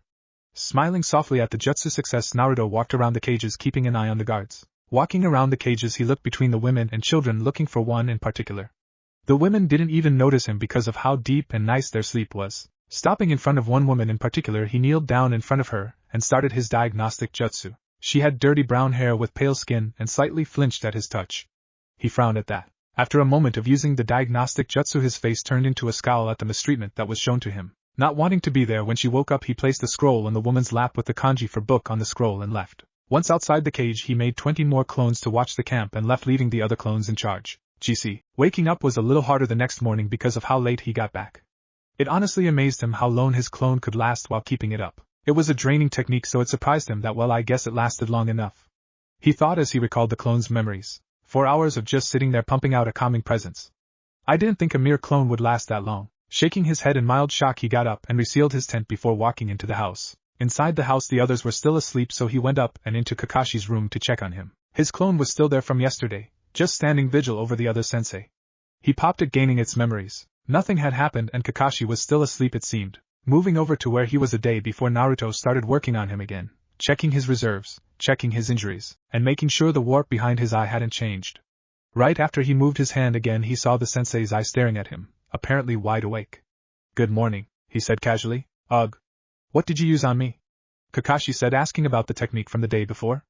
I slept way too long. I made a technique solely to put someone to sleep using the brain's natural paths instead of drugs or illusions that your system could fight against. This way you would stay asleep longer and get the rest you needed. And it seems I misjudged the strength of your reserves. A few more hours of sleep and you should be right as rain. But right now I want you to know something. There is a Konoha Kunoichi in the bandit camp being held prisoner, he said as Kakashi stiffened, then his eye turned cold and stared at Naruto. Why did you go there without any backup, Naruto? Because I had clones watching everything going on in the camp. Everything was under watch. There are 5 clones watching the surrounding of the camp, watching everyone who comes in and out. 20 clones watching the inside of the camp in various places, and 6 clones watching the prisoner cages. 2 each, he said, not bothered in the slightest at the man's tone of voice. Sighing, Kakashi knew he wouldn't be able to get any guilt out of him for going on his own. Nevertheless, it was dangerous to go by yourself. What if you got caught? He reprimanded. Then the clone here would have been notified and you would be alerted. It would have told you the situation and healed you to the greatest extent it could before dispelling, so you could be at your best, considering that I was captured. The seals I placed around the house would have kept it safe in my absence for a couple weeks. By then everything would most likely be over. But what are we going to do about the Kunoichi in the prison? He asked, getting Kakashi to narrow his eye at the news before closing his eye for a moment. We will wait for the backup to come to take down the camp. Have you been sending your clones to watch Tazuna on the bridge? He asked, all of a sudden getting an annoyed look in return. Yes, I have. I remember why we are here, Naruto said, a little irked. Nodding his head, Kakashi couldn't help but sigh a little bit. Good. Take care of my cute little genin now, Naruto, he said as he relaxed and fell back to get ready to fall asleep again as Naruto's hand glowing green came over his eyes. You became a fine ninja, Naruto. You'll do your parents proud, Kakashi thought before going out like a light again. With Kakashi out again, Naruto once again got up and went down the stairs to see everyone at the table, and again said that they would be training again today. Tsunami, I have clones surrounding the house so you don't need to worry. Tazuna, there are 20 clones waiting outside for when you go to the bridge again. And with that he left the house again, waiting for the other genin to follow. They were at the same clearing as yesterday, only this time Naruto was by a tree himself, and was walking up the tree on his hands instead of his feet like the others were. They all focused on the task as Naruto had clones pelting them with small rubber balls, forcing them to move out of the way or get hit. Naruto was twisting and turning so that the balls hit the tree instead of him. Every time he moved up he would twirl instead of actually just moving normally. A few hours passed and Naruto was still going, only now doing cartwheels on the tree as his clones were stuck between throwing the rubber balls and small rocks at him. Narumi was now running on the tree like crazy, keeping out of the clones' sight, as they were pretty accurate with their throws. Sakura was on the floor with smoke coming out of a small pile of balls surrounding her. Sasuke wasn't doing much better but was walking swiftly up the tree with balls hitting him once in a while, making him lose a little grip, but got it back before he fell off the tree. GC. As Kakashi was waking up he didn't see Naruto in the room until he saw a poof of smoke in the corner of the room and assumed a clone had been stationed there to let the original know when he was awake. He felt great. A little sluggish, but hey, that's what you get for sleeping non-stop for a little under 2 days straight with no muscle movement. Standing up, Kakashi could feel his body protest a little but ignored it for the wonderful smell coming through the underside of the door. Going through the house, Kakashi saw Tsunami was in the kitchen while Tazuna was nowhere to be seen. Walking into the kitchen, Kakashi saw her making food for 3 people and decided to speak up. That smells wonderful, Tsunami-san," he said, smiling at the woman. "Kaya." So startled by his sudden presence, Tsunami immediately took out a cooking pan and whipped around, accidentally smacking Kakashi, sending him back into La La Land. Blinking rapidly, Tsunami saw whom exactly she hit and immediately got embarrassed. She picked him up and returned him to his bed. Hopefully he would forget. When Naruto came back to the house he expected Kakashi up. His clone had seen Kakashi wake up, so Naruto knew he was perfectly fine. So where was he? "Tsunami-san, where is Hataki-san? I need to speak to him," he said, silently amused by her reactions to his questions. Well, he needed a bit more rest, so I sent him back up to his room. Ahahaha, she finished off a little lamely with nervous laughter. Naruto merely looked at her for a moment before nodding and walked upstairs to Kakashi's room. Opening the door he saw Kakashi on his bed, only instead of sleeping he had swirls in his eyes and a giant red bump on his head. Sighing a bit he walked over, made a clone and started healing the bump. After a half hour of healing, Naruto sat back and looked at the sensei that again had his eye open, a little foggy but it was open nonetheless. "What happened?"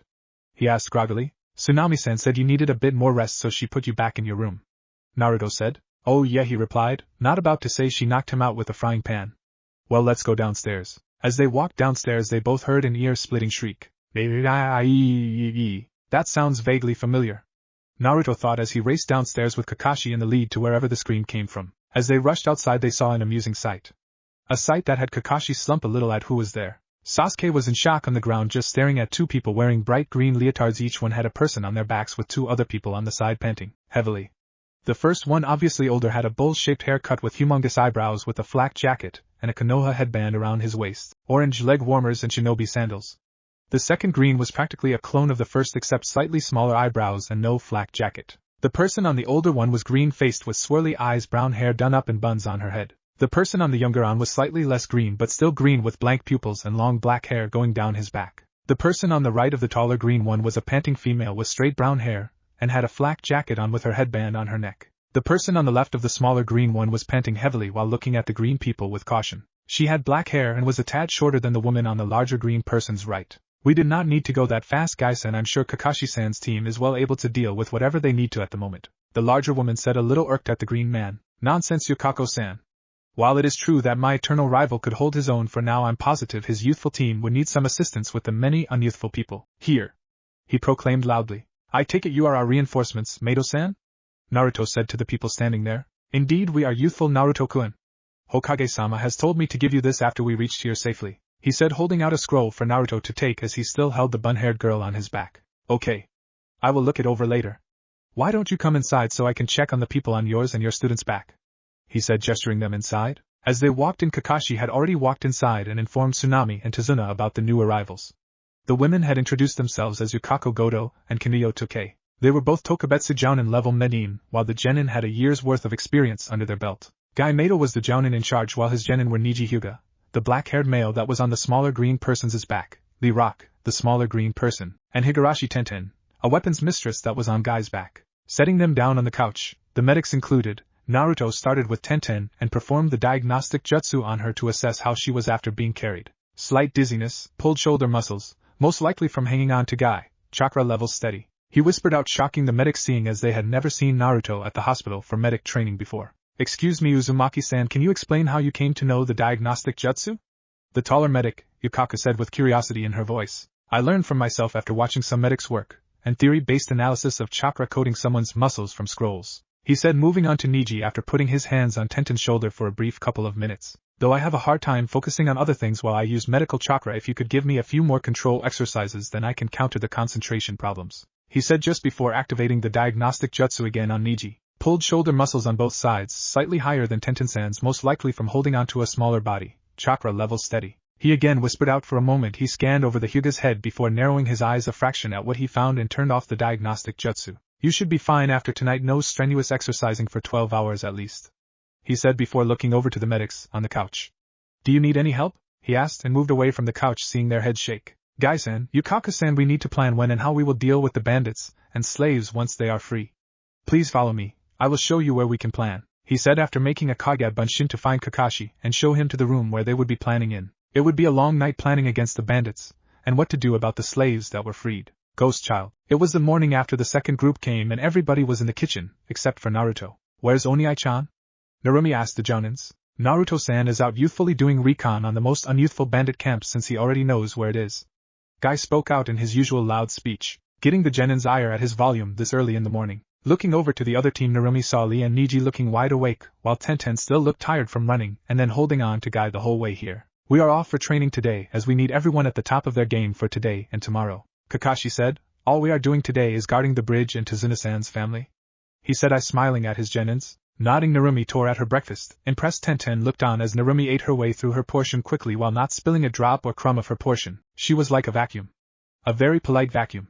Tenten shook her head and decided it wasn't worth it, and got started eating her own breakfast, knowing that everyone would be dealing with a lot of trouble within the next few days, so she would need her strength to pull her own weight. After breakfast was had, the group had decided upon a good schedule to guard Tazuna, his family, and the bridge. Sasuke and Niji would guard the bridge first, then relax at home, then guard the family following them wherever they wanted to go, while Lee and Sakura guarded the family first, then guarded the bridge, and then rested last. While Tenten and Narumi finished the rotation of rest, guarding the family, then the last group to guard the bridge. Few things happened through the day as the two prodigies studied each other, and decided they were worthy enough to allow them in their presence, while Sakura had to dodge floating hearts shot from Lee's eyes when he blinked, and Narumi and Tenten bonded over them being the normal one on the team, while as normal as a girl with a sharp pointy thing fetish and a girl with a small brother complex can be.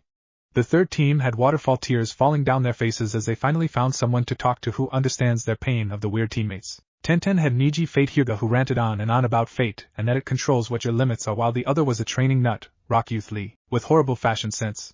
Now Tenten was far from being a girly girl and was more tombish, but still she did not understand how her sensei got Lee into that thing, even more wearing it all the time. And her sensei? Gosh, Guy was worse. He had them run around Konoha multiple times, for crying out loud, for a warm-up at 5 o'clock in the morning, and Guy did it gladly while crying youth all the time. It was ridiculous. She was almost at the breaking point where she would use every pointy thing in her inventory to stab them, while Narumi had the last Uchiha whose ego almost had sentience on its own apart from Sasuke himself. Then there was his attitude in and out of training. It was repulsive almost. I mean, come on, you don't go up to someone and demand someone to do something, unless you were the Hokage or a much higher ranked person than the other, and that's different monster all on its own. And even then you don't do it to your enemies. I mean, come on, for crying out loud. Her other teammate, Sakura, was a fangirl for the first teammate. It was bad. You could never win an argument or push something, because as soon as you did something, then the fangirl would support the Avenger, and you would lose. And let's not forget the perverted sensei who constantly had his nose stuffed into the little orange novels known as Aika Aika. He would hardly train them, but when he did, it was team training, hardly anything, because their skills weren't up so far as to have anything to support the other teammates with. Yet, yes, Narumi could sympathize with the weapon user and even traded addresses to train together sometime later when the mission ended, to work on things between girls and between fellow sane-going insane comrades in arms. GC. Naruto was sitting on a hill relaxing by a tree just beyond the bandit camp. It was situated with water on one side with a port to escape by and a forest on the other, as a means to hide when the enemy came from either direction. He would have to set explosives on the port, and keep the ships from moving, or to destroy the ships themselves. Maybe I could, yeah, why not? He thought, smirking at the bandits' near loss. Making 4 clones, 2 went to the side of the camp just inside the forest line, while the other 2 left for something else. Overall, the camp was situated right next to the harbor with a road going through the camp heading to the forest. A light picket fence held around the camp showing that it had been there for a while, and was still going. Naruto was watching the camp like a hawk. Nothing moved out of his gaze. What seemed to be the commanding bandit was walking around the camp while they had no idea they were being watched by a figure by the woods. They worked for Gato. After all, nothing happened without his no even hiring the ninjas. He was a rather tall man with a brown hair and a smug face. His clothing was all brown or black, while he had a single band around his biceps that was white. He had a sword strapped to his back as well. Naruto was a little cautious of the man. If Gato had hired him, then he was evil, no doubt. However, that didn't automatically make him weak either, since he worked with the bandits. The fact that they all respected him, Naruto took into account that since they pretty much listened to him regularly, they accepted receiving orders from him, making him above them in their minds. Naruto dropped his hands from doing the water style telescope jutsu, a neat little trick he had discovered from the library. It's amazing what theory could do by itself with a little practice. With a little chakra, the user could focus a thin layer of water in front of him into a lens to look closer on what the water was focused on. Seeing as how he had 4 clones using the jutsu about 2 feet wide each, it was a little taxing, but he had pretty much memorized some of their shifts. Good thing he knew he had a lot of chakra and good control over it, or else he would have seen the dirt instead of a clear picture of what he was looking for. The guards, their shifts, who was in charge. When anyone came by, and the terrain around them, looking for traps or anything else the bandits used to their advantage, one can never know too much about one's opponent. After putting the water back in a sealing scroll, he got up stretching and popped his joints. Well, he was there for a few hours with clones writing things down. Numbers of people, equipment level, positioning of the tents to the prison cages, and other things of strategic value. With his part done, he made 2 more clones and had them use the telescope jutsu for any more information on the bandits, or anything significant happening. Walking into the forest, Naruto took a breath and started to sort through the memories of his clones again. Nothing much had been out of place, so he wasn't really worried. Now all he had to do was travel back to Tazuna's house. But before that, he thought making another 2 clones and gave them a scroll of blank tags, ink and a brush he used for sealing. As they left the area, he went to a clearing in the forest he had found on the way to the camp. The clearing was a good size with trees lining it, so it was hard to see without actually looking for it. Green grass all through the clearing's ground with sunlight spilling around the clearing, lighting up the scenery around and warming up its inhabitants. Now to get started, for a while he had wanted different types of clones, and seeing Zabuza's water clones only enforced it in his mind that he would want an elemental type clone. Plus with the sun out and no mist, it would be easy to keep going for a while. So what type of element? My elements are water and wind and lightning, so it would stand to chance that I find out how he made the water clone. However, wind has always been my favorite, he thought, nodding his head a little. Making 2 shadow clone to swap theories with, he quickly started to debate on how to make the clone. This debate then lowered into a childish fistfight between 2 of the same person, while a dust cloud rose around the 2 with weird sound effects coming out. Good thing he made this clone a little sturdier. Whenever he got into a debate on jutsu theory and chakra theory, all manners were off and he was little more than a child, fighting to get his point across. It was the same at the library as well. He had even fought with the librarian and multiple others to get his point across. Not even after a minute. It was to this scene that a different shadow clone came to, as he quickly figured out the reason for the fight as they shouted theories and counter-theories at the other. Figuring out that it must only be 2 of them, he quickly stopped the fight and asked what they were debating about. After hearing the reason, this clone then thought a different way than these 3. Why not go towards an ice bunch instead of a water or a wind or a lightning one, since ice was the mixture of water and wind? Of course, this just led to them looking at each other, nodding seriously, the real Naruto making another clone to take up the 4th option, and then they all started debating. Again, just as quickly as they stopped, the non-debating clone just stared at the dust cloud roaming around the clearing and then stopped the fight again with the real purpose of coming here in mind. It turned out that the prison cages were put under a giant pavilion tent because a storm was coming and they wanted to keep their slaves somewhat healthy. The real Naruto just nodded his head in gratitude before the dust cloud resumed its pace with a vengeance. GC. Naruto. What happened? Narumi yelled as she looked over at her brother. He had just walked in the door and was limping with a black eye and bruises all over his arms, and his clothes were torn all to hell. His clothes were about as protective as paper at the moment, and not sealing paper either. The paper, you hit it with a feather and it breaks paper. But he looked very satisfied in himself, as if he had won the lottery or something else amazing. Everyone in the room was staring at him in mixture of different emotions. The Jounin were on guard like a new threat came on the scene. Lee was worried and swore he would defeat whatever unyouthful people had harmed his comrade. Niji was looking in a little shock. He had a few spars with the boy and understood how strong he was, and if someone stronger than him came, they might be in a little trouble. Sasuke just stared a little harder at the beat-up form of the boy in front of him. Tenten was immediately worried for him since she didn't know how long he had to deal with limping coming here. The 2 female medics were concerned and rushed him, trying to get him onto a couch so they could help him as he had helped them. They didn't want to owe anything to a genin. Narumi herself just stared in horror as she looked on the beat-up form of her precious brother. I had a debate, was all he said, as if it explained everything. A loud thump was heard as every single person's face faulted onto the floor at his explanation. And debate? What kind of debate could lead to this kind of damage, Naruto-san? Tenten asked, more than a little irritated. A good debate. Arguing with good opponents, knowing every counter-argument, and every point inside and outside. It was awesome, he said with a small grin. At this point Narumi had a giant tick mark on her head, and her flaming red hair had divided into 9 different parts with genjutsu flames in the background, and in her eyes. Her mother had taught this in case she needed to put her foot down on someone who wasn't getting the point of something. Much to both Kushina's and Narumi's joy, it was just like Guy's sunset genjutsu, it was unbreakable Naruto. She yelled, bringing her fist down on his head. After his face was imprinted in the couch, she got him to sit up, and hugged him, saying how worried she was for her brother. Of course Sakura attempted to follow her with yelling, and trying to brain him for the many bruises on her limbs from the balls she had thrown at her from the tree walking. Exercise. Baka! Sakura yelled while bringing her fist down, and attempting to jelly his brain. Of course it was not to be, as she was met with a single finger holding her fist back coming from the injured blonde himself, as his sister was still hugging his head. The fact that her entire fist lost against one of his fingers just cemented the foothold that had been growing in her mind. That Naruto Uzumaki Namikaze was stronger than her and quite possible smarter. Maybe not in academic studies. Her pride wouldn't let that go, but in the areas that mattered. Understanding the knowledge that you knew, common sense, strategy. Everything that she prized herself on, he was better. He didn't even have to look to block her strike. With a huff and barely restrained tears at the emotions warring inside her, she marched up the stairs and into her room. She needed to think. With that over, Naruto then got up out of Narumi's grip and dropped 2 scrolls onto Guy's and Kakashi's hands. That is everything on the camp from today, at least. Positions of the bandits, amount of them, camp setup, who is in charge, what I could see of guard rotations, prisoner number, prisoner statuses, and anything else I found interesting, as well as suggestions on ways to attack the camp. As I did not have knowledge of everyone's abilities, I tried my best based on what I could find on Gaisan's team when I brushed over them with the diagnostic jutsu, he said, and then walked up the stairs to a bed that he didn't have to set up this time. Narumi, Tenten, Kakashi's sweat dropped at his actions, while Niji stood impassively, still a little irked at his debate. Sasuke had a small tick mark at messing with the environment in the room upon his arrival. Guy and Lee were ranting about Naruto-san's youthfulness and gathering so much information. GC. Narumi was currently in the girls' room with Sakura and Tenten on their own beds, while the medics had another room. She was on the floor with her legs crossed, her hands on her knees, and her head slightly bowed. If someone were to try to wake her, she would not respond. This was how she faced the biju in her stomach. She was currently arguing with him. Why can't you tell me? She asked as politely as she could. She was standing in an open meadow with grass growing everywhere, and trees off in the distance. In front of her was a giant cage made of what looked like white wood. Inside the cage was the massive figure of the 9-tailed fox, Kyubi. Because it's not my place to tell you. How would you like it if I told others your secrets because someone asked? There are other things that I can tell you, but that is not one of them. If you want the answer, then figure it out on your own. Be grateful I tell you anything, brat. The biju replied, growling a little at her persistence. Fine. Then would you please tell me why you told me that in the first place if you weren't going to tell me the reason behind it? I mean, why would you tell me he smelled differently than me to begin with?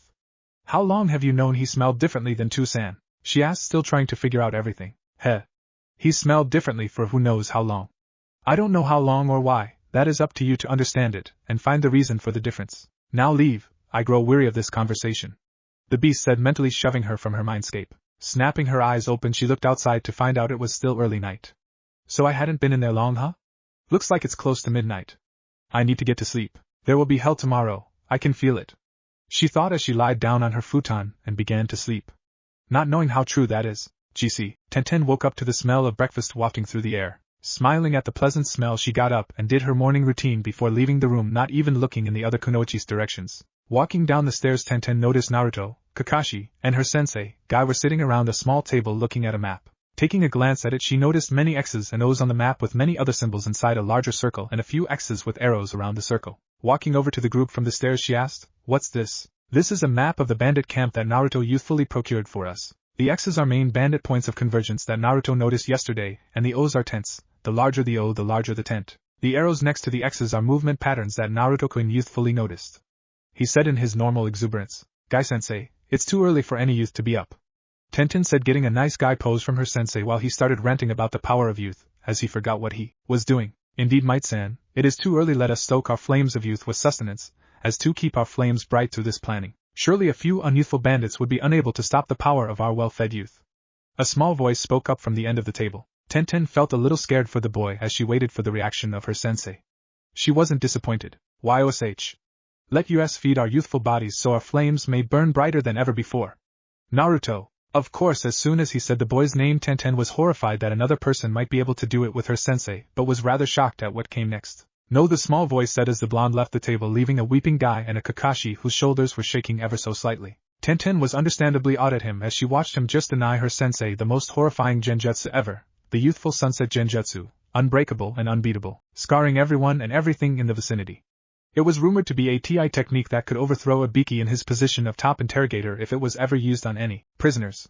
She had to get his teaching if he could lead guy like that and then deny him the chance of the sunset genjutsu. Naruto-sensei! She almost yelled, trying to get his attention. As he turned around, he found one Tenten Higurashi on her knees with her hands folded together and looked pleading to him. Teach me your ways. Please, Naruto-sensei. I will learn whatever you have to teach me and do whatever you asked me to. She pleaded, trying to have someone teach her to guard her sanity around the green sunset duo. Why? He merely asked. He knew, of course, from seeing a few of their training sessions, but still wanted her to say it and confirm why she wanted him, a genin barely out of the academy, as a teacher instead of someone on par with Hataki-san. Please teach me to defend my mind from the evil sunset, Naruto-sensei.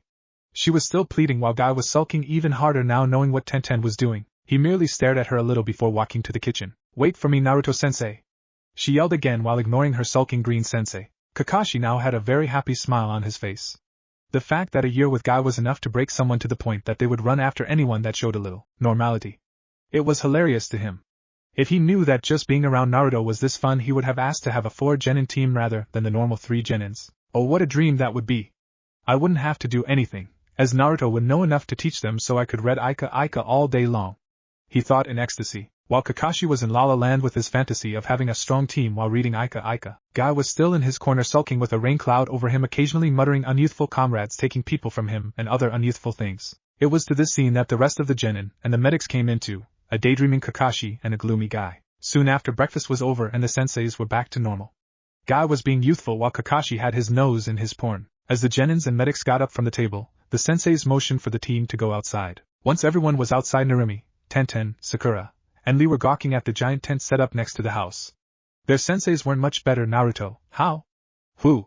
What? After the babbling was finished, Naruto looked at them and motioned them to come inside. Inside, the space looked even bigger, as on one side stood a rack of weapons that Tenten nearly teleported towards to inspect, while Sasuke took his time meandering over to check the tools out. On the other side were a couple futons meant for someone to take a quick nap upon. In the middle was a large table that had maps of the island they were on, and figures of people and of buildings as well. Off to the side, the map showed a staggered line in a circular fashion around a group of tent figurines, near the ocean, with a couple more figurines that looked like ships pinned to where the ocean was on the map. Welcome to my humble tent, Naruto said softly, ignoring the tick marks growing on Narumi's, Sasuke's, Niji's, Yukaku's and Kunoyo's faces. Tenten, could you come over here please? We need to stop dilly-dallying for now, we have work to do, he said, and she came over, putting down the shuriken that she was inspecting. Dang, Naruto-san, do you make your own weaponry?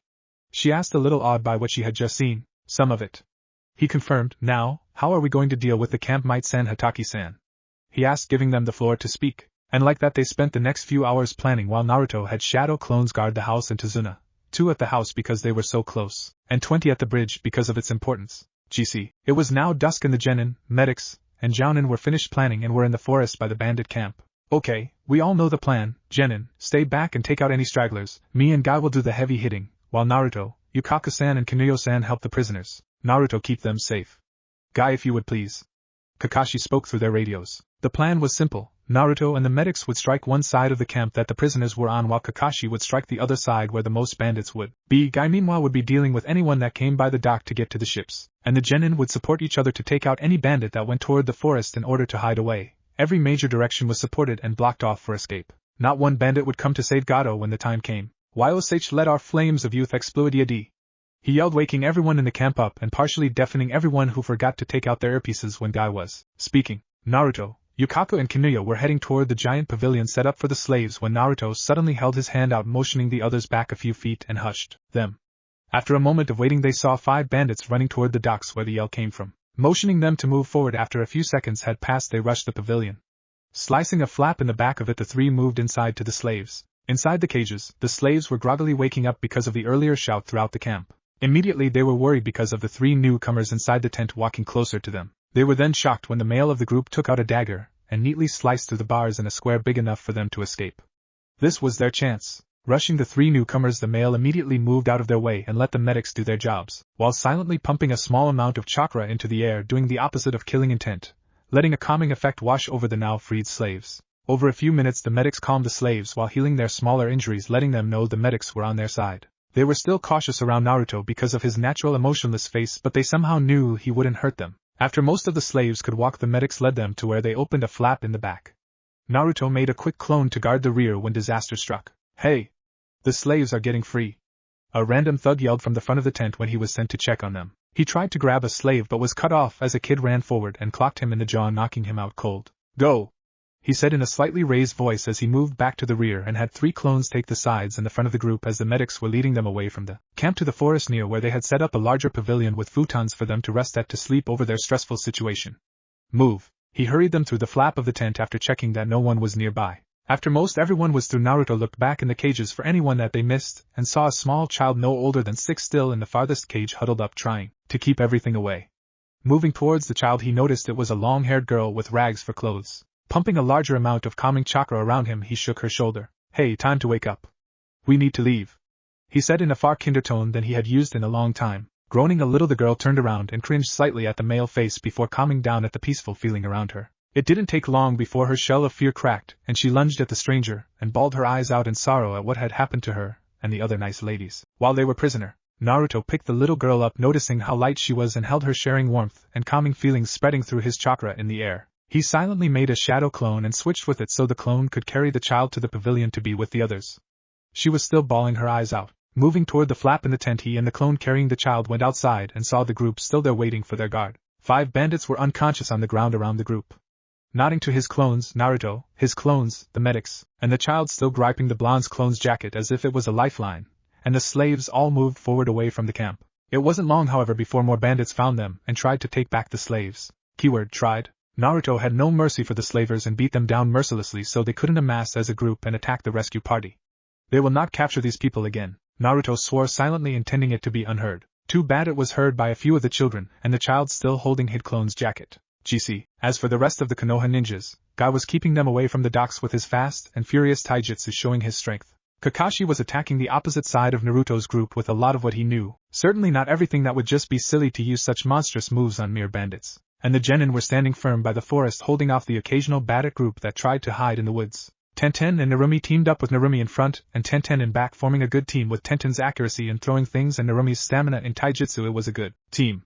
Sakura and Lee had teamed up as well, Sakura depending on Lee a little more than she would have liked, but it was what they had to do to make sure she came out alive, with Lee ripping through bandits with his screams of youth and taijutsu, and Sakura staying more towards the back with ranged attacks, helping where she could. That left Sasuke and Niji in the same group as they tore through the bandits with taijutsu, ninjutsu and genjutsu, most of the illusions and fire ninjutsu provided by the Uchiha. Niji was tearing through the bandits with the Hyuga's gentle fist technique, either killing or incapacitating most of the enemy with only a few jabs before he moved on. They were the scariest of the duos. It went on like that for a few hours before everything calmed down.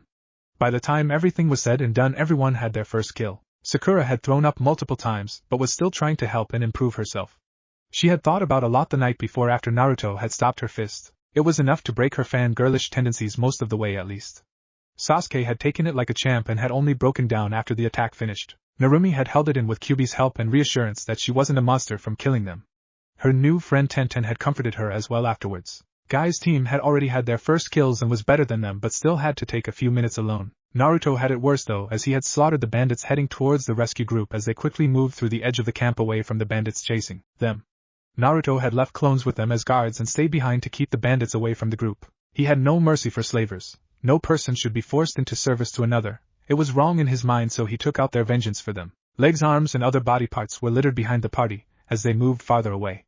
He was throwing up and dry heaving after that, for he didn't know how long. It was all he could do to push the memories back for now until everything had washed over and then deal with it properly. Shakily he got up and started moving towards where he, his clones and the medics had set up the pavilion. The real Naruto had shown up at the pavilion only moments after they themselves had reached it and piled onto the futons as they were checked. The ex-slaves had warmed up to him considerably since the rescue had begun, and had let him do checkups on some of them as well, some of the children especially who had heard his promise in guarding them from the bad men. It was the children who looked up at him with awe that he found both amusing and regretful at what had happened earlier. I couldn't help it. I have to heal these people, then deal with it later. They need me strong right now. I can grieve for the loss of life later. Until then I just need a smile and to heal them for now. He thought as he kept healing those that came to him. It was both the children and some of the women who wanted to thank him for guarding them during their escape. He noticed that Tenga was with a different healer staying away from him. He was fine with it though he had expected that, if not outright attacks from some of the women. In the middle of the tent were the children staying on their futons, sometimes cuddled up with some of the other children or adults. The older ones had stayed on the outermost edge of the ring of futons. In the end, more than half the futons were empty because of people staying together on a single futon or had moved their futon next to someone else's to huddle up together in security. After everyone had been treated, Naruto went to the middle of the ring of futons, sat down on a pillow and started pumping out calming chakra again like he had done with the distraught child earlier. She had been one of the first ones helped and had been out like a light once she had hit the pillow. The day of emotional stress was too much. Waking up in captivity again and watching as the older women got dragged away for who knows how long, and then brought back whimpering in an even more disheveled state, and then saved during the night, and then running away, it was too much for the small girl. Naruto soon found himself to be the occupant of the medic's attention as they finished treating their patients. They noticed the calming effect of the chakra in the air and had wondered where it had come from. Knowing it came from him of all people was odd. When they had reached Tazuna's house, at first glance they had mistaken Naruto for a cold-blooded killer.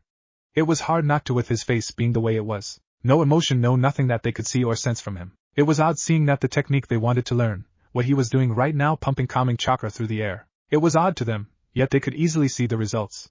The patients closer to him were starting to loosen up on their sheets or bedmates, and the tension on their faces loosened as well, showing a more relaxed state. It was surprising, however, when one child woke up groggily and started to look around for something. Yukaku started moving toward her but stopped when she stopped looking around when she saw Naruto sitting in the middle. Her bedmate had woken as well as some of the other children were looking around for something. It was worrisome for Yukaku. She knew they had to be exhausted from the trials of staying at the camp and then running away when they had come, and then finally be allowed rest.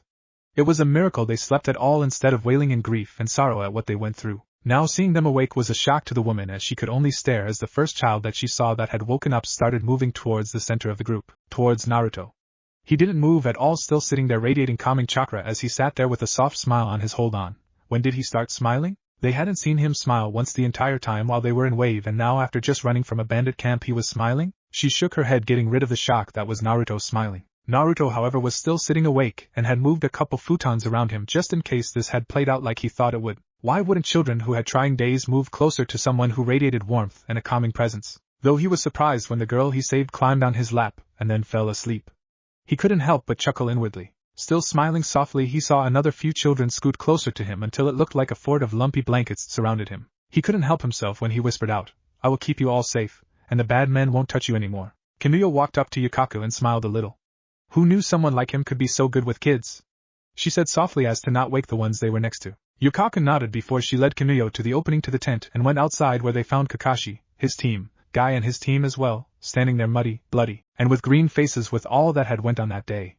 Not to say Guy and Kakashi were green, they held themselves better than the new Genins and barely a year out of the academy children. Kakashi, do you have any jutsu that could clean you up a bit before going inside? I'm afraid of what might happen if the patients should see you like that, Yukaku said, worried about having some of the females relapse into shock or try and attack them. As their group was led away from the tent for washing back in the tent, Naruto could be seen smiling softly, still pumping chakra through the air, giving all the girls, boys and women pleasant dreams while they were asleep. Ghost Child 5. Above the sleeping children and freed prisoners were 3 sets of ghostly eyes watching the blonde with intensity, all the while communicating telepathically with each other. Is he the one? The blue eyes asked. Indeed, yes he is. I watched him throughout the day. He was so much fun to watch. And he's good with kids. He, the green eyes giggled out. Enough, you know we can't do anything without him summoning us first. Blue eyes again. Oh, would you two get a grip already? We only came to observe him and deem if he is worthy or not. The yellow eyes communicated now. HMFF. Now it was both the green and blue eyes that communicated while turning away from each other to stare back at the not-so-asleep blonde. GC. Naruto wasn't sure what time it was now, but he needed these kids to get off of him. He wasn't a jungle gym, darn it. Throughout the night the kids had draped themselves all over him and had slept on him. Only his head wasn't covered in blankets from all the kids over and around him. Of course there were other reasons he wanted them off for now, because he was running on fumes for chakra. He had been channeling chakra throughout the night, with the amount dwindling down to almost an insignificant effect on the girls and boys on and around him, which only made them scoot closer to him for his warmth and comforting presence. Fortunately someone above listened to his pleas and Yukaku entered the room. Very amused at the blonde's position. He hadn't moved throughout the night, so understandably he was a little sore. Locking eyes with her he mouthed help, and help she did. Walking up to the pile of blankets and children she chuckled a moment before she started waking them for the day. And wake they did. At first it was only the farthest kids that wanted anything to do with waking up and then falling back to sleep near their person made of comfort and blankets. But they did get up only to walk back to the other beds and immediately plop back down, going back to sleep. Naruto only chuckled a little at their attitude towards waking up. It had been a trying day for all of them, him included. Now that they were waking up, he could finally stop using the fragments of whatever chakra he had left, and maybe get a little shut-eye to replenish what he lost during the night. Though it was understandable that when the first child who had fallen asleep on his legs woke up, she immediately looked up at Naruto in wonder. The past few days for her had been terrible and sleep-riddled with nightmares. So it was a little incredible that being near this guy she didn't get nightmares at all, just pure deep sleep. It was wonderful to her. It was a few moments before she got up, though a little nervous about leaving her savior. But she got up nonetheless and approached the other adult women who were awake on the further side of the tent to get ready for whatever the day was going to bring. Naruto, now that he was free of blankets and sleepy children, calmly stood up, stretched to get the feeling back in his limbs from sitting like that all night, and started to walk out of the tent before a couple women came up to him. "Ninja-san?" one asked. They were obviously nervous for some reason and had just gotten up from the state of how they behaved. "We just want to say thank you for getting us out of there," she said as they both bowed to him. Now Naruto has had very few people appreciate what he has done. Most of the time it was appreciation for doing a job, something he takes with a grain of salt. However, the appreciation of women who had just been defiled and mustered up the courage to thank a male for the rescue was both extremely impressive and odd to him. He had no idea how to react to the females bowing to him. "It's fine, it was my job anyway," he stated a little sheepishly. This was the first time anyone thanked him for doing something sincerely, being truly grateful to him for it. He had no idea how to take sincerity. As he left the tent, he quickly remembered he had extremely low chakra and had killed the day before. He barely made it to the bushes before heaving everything out of his stomach, and then a little more, dry heaving afterward as all the memories came back. After a few minutes had passed, he stopped heaving only to pass out from sheer exhaustion. He barely heard his name shouted frantically before everything went black. "GC, are you aware, child?" a voice sounded out. Naruto woke in darkness. Nothing was in sight, and he was laying on nothing. He could see himself, but that was it. "Where am I?" he asked the darkness. "We are inside your mind," it replied. Not a few seconds later, Naruto saw the darkness open in front of him. He was in a library with many tall bookcases surrounding him and a good-sized table that could easily fit 8 people, 2 on each side with chairs on every side. "Who is speaking?" he asked again now that he was in a more comfortable environment. "Someone old enough to be your grandfather's grandfather." Naruto still couldn't tell where the voice was coming from, so asked another question. "Where are you?" "Now why would I tell you that?" it asked with mirth in the voice. With a twitching eyebrow he responded. "So I know that you're actually real and not something I should see a psychiatrist for. Also, why am I here?" "Ha ha ha ha, I like your style, kid, give me a minute," it said. Soon out from between the bookcases a man walked in. He was easily 6 feet tall with brown hair and onyx eyes. He was wearing dark brown pants with patches of green on it. His shirt was a forest green with a mountain on the front of it. On his back was the largest sword he had ever seen in his life. The handle a foot above the man's head was decorated with a large brown gem on the bottom of the handle with brown cloth wrapping the hilt. The blade of it was as wide as Zabuza's cleaver, only thinner, and looked slightly serrated on the edge. "My name is Ryodaichi. You are here because you were chosen by 3 troublesome elementals to be their summoner. I was to be your tester. But with your little act of allowing the kids on you to sleep peacefully, some of the elders were damn impressed with your spirit and kindness to those children, especially after such a trying day, I'm sure. So it is to my pleasure to accept you as an elemental summoner," the giant said before holding his hand out for Naruto to take. "Why did they choose me?" he asked, not entirely sure to take the hand. "They choose you for their own reasons, be they noble, perverted, kind. I don't know. All I know is that one day those 3 showed up on my doorstep and asked for permission to choose their summoner," he said, not dropping his hand. "Then I'll just have to ask them for myself when I meet them, won't I?" he said, smirking a little before clapping hands with the man. Immediately he felt a slight burning on his back. "What the?" he said, cringing at the feeling a little. "Don't worry about that. It's just a contract between the elemental and human. Kind of like a summoning contract, only instead of on a scroll it's on your body so that others can't use it unless they somehow control you to do so," he said, assuring the boy. After a few moments of the giant grasping his hand, Naruto felt the burning stop. Now beneath his shirt Naruto had 3 bright green, yellow and blue kanji on his back for wind, lightning and water respectively. "Before you go, I have a few questions?" he asked the man, who smirked at his bluntness. "Shoot. Are the elemental summons loyal to the village they come from, the family tree, or each individual person?" "We elementals are loyal to the summoner only. However, we have our own sentience. We will not blindly follow someone through his or her life. If you betray us, we will hunt you," he commented darkly, sending a small shiver through Naruto's spine. "Not to worry. I have no intention of betraying anyone that would allow me to summon them. That would be asking for near damnation," he responded. "Good. I watched them grow up a little. Though I should warn you before I go, you might want to get a mask for when you meet them," he said, snickering a little what he knew would happen. "Why?" Naruto asked cautiously. "Sorry, I'm not going to say, just know that you should. The marks will be ready for you to summon them in a few days, so until then be careful. Good luck, and I hope we don't meet anytime soon," he said as he walked back into the bookcases and vanished before Naruto could question him on why. Standing still for a minute, Naruto then sat down at the table and started processing everything that had gone on during that encounter. Now Naruto could sense a little bit. Nothing like the professionals, but he could find someone if he had to. He had felt the pure power rolling off the man in spades. But now that he was alone inside his mind, one very important question decided to rear its face. How do I get out? He asked nobody. Naruto was slightly annoyed and proud to hear the large echo showing how vast the library was. GC, Naruto and I, Narumi said from his bedside. Not even 5 seconds after Naruto had collapsed from both mental and chakra exhaustion, Narumi had caught him and frantically carried him back inside the tent where the healers were. He had been asleep for nearly the whole day so far, and Narumi had only left when it was her turn to guard the family in bridge. Tenten had brought her breakfast, lunch, and had stayed with her for company to keep her occupied. Of course the children stayed as well, feeling very worried that the person who was so kind was now in danger in their minds. The medics had assured Narumi it was just exhaustion, but she still hadn't left other than for her shifts. The children by his bedside had left a few times, but only for lunch and a few games that were presented by the teams for the kids. The mothers in the older group let their kids be near their savior. Even if it was a male. The only person who had been by his side as much as Narumi was the girl that Naruto had found left back in the cages. She was a little hysterical at first but calmed down after the ladies in white told her he just needed some rest. Mostly she just sat in a different futon with her knees up and her eyes poking over them to stare at Naruto, as if watching him, waiting for him to wake up or need something. Narumi and the girl had a few conversations through the day, mostly about Naruto, but they occasionally strayed. Narumi learned her name was Nagako Yuki. Narumi, while she was watching over her brother, had noticed a few of the glances from the older women in the tent at the boy and honestly wondered what they were for. They seemed more curious about something than anything else. One woman in particular. She stood at a proud 5 feet 5 inches with dirty black hair and a stance that oozed military training from somewhere. She had kept staring at Naruto with curiosity and wariness, as if she was fighting the urges to know him better or keep away from him. She kept bouncing her attention from the other women who were walking around the tent to Naruto, who just lay there motionless aside from his breathing. The day passed and Narumi went back to Tazuna's house to sleep. Nagako, who had been sitting there, stayed there watching him. Now instead of watching him sleep, she pulled a couple blankets over him with the ladies in white helping and then curled up next to him as if to keep warm next to him. Not long after that, a few other children had the same idea. It totaled up to 5 kids who stayed next to him that night.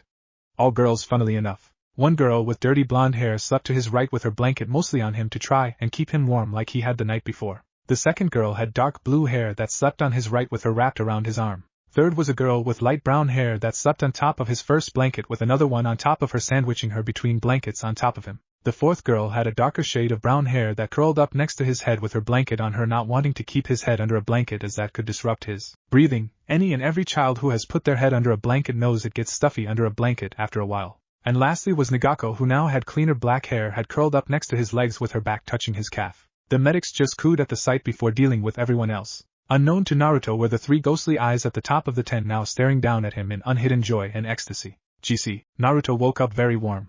Trying to move, he then noticed a few weights on his arms and another weight on his chest with something pressing on his leg. Opening his eyes, he looked down to see 4 girls near him with their blankets on top of him. Softening his eyes, he then felt breathing on his ear. Confused slightly, he turned his head and noticed another girl right next to his head wrapped in a blanket. All of them were sleeping.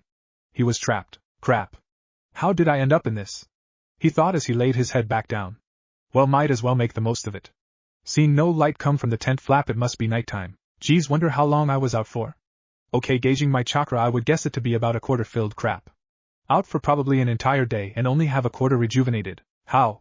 He thought, remembering the times that he could count on one hand how many times he had been down for more than a day because of either too much training or sickness. Okay, might as well go back to sleep as I need it. After laying his head down again, he fell back to sleep, not noticing the tiny trickle of his chakra leaking from his back into the new marks on it that had started glowing because of it. GC. The next morning the children woke. Is he awake yet? The child on his chest asked. Not the least concerned that she was sleeping on him. More focused on his well-being. No, not yet. Hopefully he will wake up soon. The girl by his head said. Muh. She made an angry sound that they all reciprocated that did not go unnoticed by the medics. Walking over to them, Yukaka noticed the girls pretty much sleeping on him, and him still sleeping. She had to stop herself from screeching out kawaii, though her companion made little effort to stop herself as she did, but kept it quiet, as she looked starry-eyed at the scene. Nobody could just watch 5 small girls taking care of their savior with such childish determination and not find it cute. Naruto was now under all 5 of their blankets and 3 pillows, as 2 of them were under his head and under his feet, propping his legs up a bit. So what do we do until Nichan wakes up? The one on his right asked. So what is everyone's name? The one on the left asked. They all blinked before sheepishly chuckling. Yuma Shima, the one that was on his chest, said. Miliko Tansho, his left side. Mutazumi Ebina, his right side. Kyoko Soda, the one by his head, said. Hey, that rhymed, laughing face, Nagaka Yuki said from by his legs. After introducing themselves to each other, the children then stayed a bit waiting for him to wake up. Only to be disappointed that he didn't, so they left him for a while to get breakfast from the ladies in white. A few hours later, Narumi showed up and sat back down with the kids waiting for her Oni-chan to wake up. Tenten showed up not a half hour later and kept her company with the kids that constantly questioned her about Naruto, what he was like, stories about their adventures as ninja and other things like that. Naruto stayed asleep the entire day as the kids, Tenten and Narumi, watched him. After an hour of staying there, Tenten and Narumi left, as they had to guard Tazuna and his family. At the end of the day, the kids went up to cuddle with their savior again, but were stopped by the ladies in white for now, as they should leave him alone for a while. Of course, the children had obeyed at first, but as soon as they left the tent for even a minute, they all rushed over and cuddled into Naruto to keep him warm again. GC. Naruto sat at inside his mind reading over the books and scroll he found on interesting things. It was rather interesting to read his own thought process. Around him were 3 whiteboards filled with writing and diagrams of different things as he went through the scrolls and textbooks. But of course, only so much could be accomplished in the mind alone, so he had to wake up soon. It was funny to him. He had only been here once and had gotten the hang of getting here rather quickly, as it took only a few tries while under the children to get here. What also surprised him was the organization method in the bookcases. It seemed it went in a chronological order, starting from the door to his consciousness body, and went on a thin path to the table. Then to the right of the table was all the ninja knowledge, while everything else was on the left. Starting from the door to the table was the beginning of when he started researching chakra and jutsu theories. Truth be told, he had forgotten a number of them and had went through a few of the books for fun just to refamiliarize him with the content. He had knowledge of a lot of every chakra type and style, be they elemental ninjutsu, sealing, taijutsu forms, genjutsu, medical knowledge, and practically everything in between. He had gone through 20 books and 40 scrolls in total. Getting up, he stretched from being seated so much. Even if he was still in his mind, it was odd to him. Looking back at the last board he occupied with designs, he smiled. It was nearly finished. For barely a moment Naruto had a hungry grin on his face as he looked at the seal formula on the board. It had taken a lot to go through everything to find the right way to mix the matrices right, but he had done it. He just needed something to test it on. Wiping the grin off of his face, Naruto retook his neutral face with a hint of a smile as he turned back to the door to his conscious. It just occurred to him how much space was in his mind as his feet took him to the door to being conscious. Opening the door, he jumped into the blackness that was the space between unconsciousness and consciousness. GC, awake yet? Something from his right asked. He felt the familiar weights of the children from when he last woke up. Well, I'm awake. Who are you asking for? He asked, opening his eyes. Immediately he was bombarded with 5 voices yelling out Anai-chan. Chuckling a little, he felt the 5 weights crash onto his blankets, and then him. It was odd to him, to have 5 people, children even, who not days prior were held captive by bandits, and what they had seen because of it.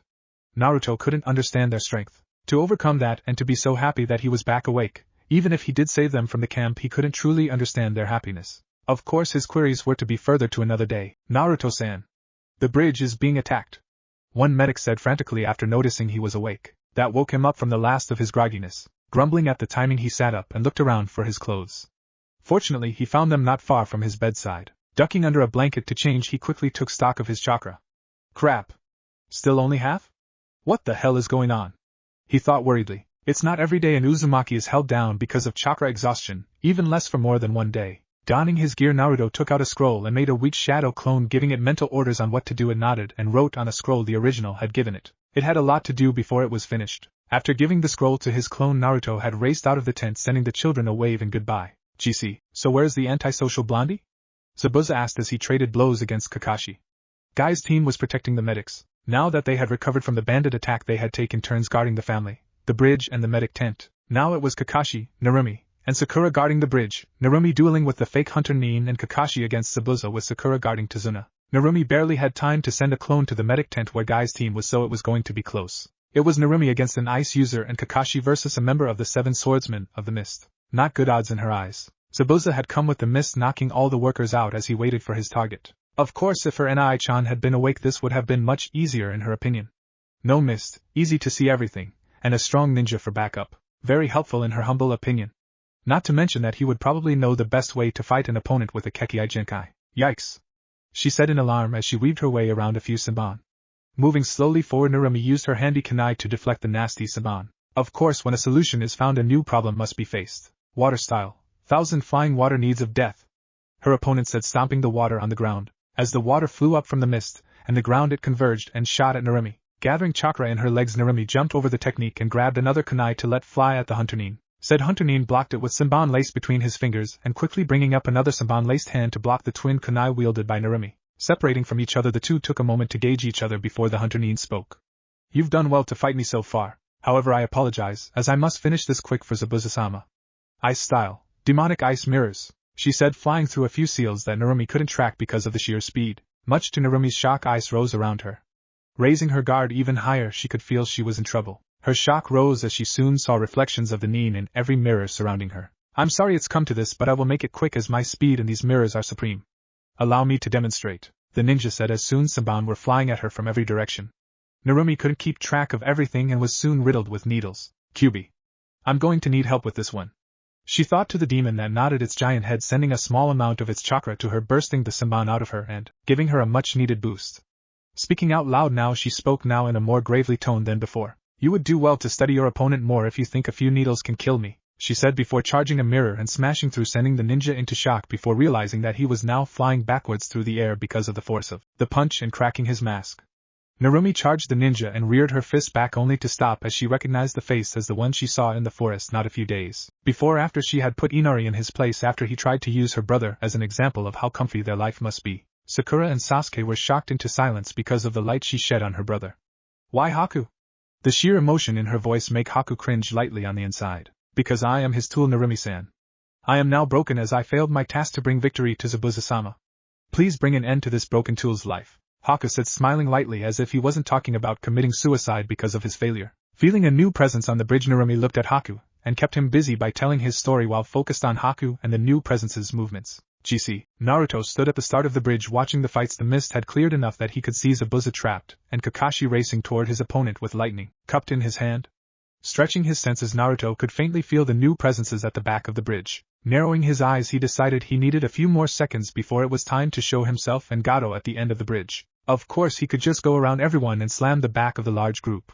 Naruto barely had time to register the loss of Zabuza's presence because of the lightning exploding in his chest before he raised his hands into a single seal and pushed his hands forward, amassing his control over the technique further before launching it. He needed to be careful if he wanted to keep a healthy amount of chakra for fighting the mob at the end of the bridge. GC. Just as Kakashi was sliding his out of Zabuza's corpse, he noticed a fairly strong wind blowing from the start of the bridge. A little irked at the timing, he smiled as he looked at his teacher's son. Wind style, great breakthrough. Kakashi could barely hear it before strong winds appeared and blew the mist away, showing his other cute genins, and the mob at the end of the bridge with a short midget in the lead. Well. Who would have thought you were nothing but a baby demon? Couldn't even take out an old drunk. Better luck next life, ha. Now would you shinobi be so kind as to move? I think with you being so tired already, a few hundred men would be too much for you, so why don't you just give up and hand him over? The midget said. Before Kakashi or Narumi could speak, Naruto made himself known. Not very well considering him being barely taller than the midget that was Gato, but still known. Wind style, cutting gale. Just as he said that, a mean breeze went through the bandits, who began losing their smirks as the wind started cutting through their clothes, skin, and leaving scratch marks on their weapons. Dropping his hands, Naruto charged the now panicking bandits. Taking out dual kunai, he ran at them and began tearing them apart, heedless of Narumi's screams for him to stay back. Going through the bandits, Naruto couldn't help but feel his queasiness coming back, but pushed past it as he kept blocking a few swords and other various weaponry. Of course, all strength comes to an end somewhere. Sometime in the crowd, Naruto got tired more quickly than he usually did, and it concerned him. Not to mention that the bandits were getting bolder. More attacks were focused on him, and to his and Narumi's horror, a few got through, stabbing him in the back. They weren't terrible wounds, but with his sudden strength loss, everything counted. Rushing forward, he took out 5 more while wounding a dozen extra and made it to Gato. Please don't kill me, I'll give you whatever you want. Women, money, power? Anything. Gato didn't even hear the response, it was so low. Did you give the slaves or villagers any mercy, I wonder? Just as he finished saying that, Naruto made it to the midget and sliced his head off. Not too far away, Narumi and the newly found Haku were now tearing through the bandits with Kakashi by their side as they tried to get to Naruto. Naruto felt his strength leaving him as blood leaked from his back. He felt so weak. He needed water. Water was just out of his reach as he now crawled to the edge of the bridge. Just as he made it, he heard a name being called behind him. Naruto. Who was that? Was that him? He didn't know. All he knew was that the water he desperately wanted was beneath him. Barely moving, he tipped himself over. Now falling toward the water, he barely noticed a pair of ghostly blue eyes open in the water and wink at him before he splashed into the water. GC. Narumi's mind was numb. Her brother was gone. Their first real mission together, and he's gone. Forever separated from the world. Forever separated from his family, forever separated from her. Tears that made it were quickly evaporated as a red cloak of power surrounded her. Her sorrow made itself known in the air as she began to more savagely tear her way through the bandits coming closer to the edge of the bridge. Kakashi was a mess as well as he began to revert to what he had done at the Kanabi Bridge, tearing his way through the bandits with more force, limbs separating from their bodies seconds after he passed them, blood flying everywhere. His silent little brother figure was gone. He was going to kill them. Murder. Destroy them. No bandit was safe. It didn't even take a minute for the remaining bandits to fall. All of it happening in front of the villagers that had banded together behind Inari. GC. Narumi was still crying hours later as Tenten, letting her tears, held her flow freely. They were back in the medic tent to check on any wounds that had happened on the bridge. Some of the children were crying as well from overhearing the conversations of the adults. It was a good thing that the tent was now so close to Tazuna's house. Narumi didn't think she could make it that far. Guy's team and Kakashi were out searching for the body. They had left Tenten to help console Narumi, who had bonded a little bit with the weapons mistress. Hours later, Guy's team came back. Silent as a ghost, Narumi didn't hear them move. She only saw Guy shake his head. Eyes widening, she turned to Kakashi in hope it was a lie. Seeing him shake his head, her tears renewed as she cried. Her voice was gone now, it was just silent tears. It would take hours more for her tears to end. GC. Naruto woke to darkness. Attempting to move, he found that to not be a smart move as his body madly protested. You really shouldn't be moving, you know. You were almost dead a few days ago. A motherly tone said from the shadows further ahead. Where am I? Naruto said as he attempted to get his bearings. He tried clearing his head, but it was harder than he remembered. As he kept trying, he remembered everything that had happened. You are in an elemental's cave. Mine, to be exact. The distinctly female voice said. Then thank you for letting me rest here. And may I ask who my host is? He said in a polite voice. He could still sense the woman's presence. It was well huge, to put it lightly. It was like an ocean suddenly decided to become a person. It was not wise to anger a person who had a lot more power than him. Just like Ryodaichi, gladly. You're such a polite boy. My name is Ryo Kai. The voice said as a woman stepped out of the back of the cave into the small light provided by torches that lit up, with blue flames around the cave. She was around 5 feet 7 inches with a dark blue kimono on with lighter blue wave patterns. She had a katana strapped to her hip through her obi. She had a round face with a motherly smile on her face as she looked at Naruto. Her sea blue eyes were sparkling with kindness in her gaze. Naruto Uzumaki. It's a pleasure to meet such a powerful elemental, he said from his bed. Sorry, I can't really bow at the moment, he added. He didn't know what would get on the woman's bad side, so being a very polite person was a smart thing at the moment. Tinkling laughs was his response, as he looked at the woman elemental in slight confusion. No problem. Have you summoned your elementals yet? She asked after her giggles left. No, I haven't yet. Not to mention my chakra is returning very slowly at the moment. I'm not sure I would be able to anyways. Naruto said, his worry returning on why his chakra was coming back so slowly. Daichi didn't tell you why? She questioned. Seeing a shake of the head, a small tick mark appeared on her face. Of course, leave it to the summoner to figure it out, not to mention whatever else he left out. Okay, what all did Daichi tell you about elemental summons? She said in a more businesslike tone. Not much, to be honest, he said, replaying everything within Kai. Her slight tick mark grew and now she had 4 tick marks. A strained smile grew her face as her fist was clenched, shaking slightly near her chest.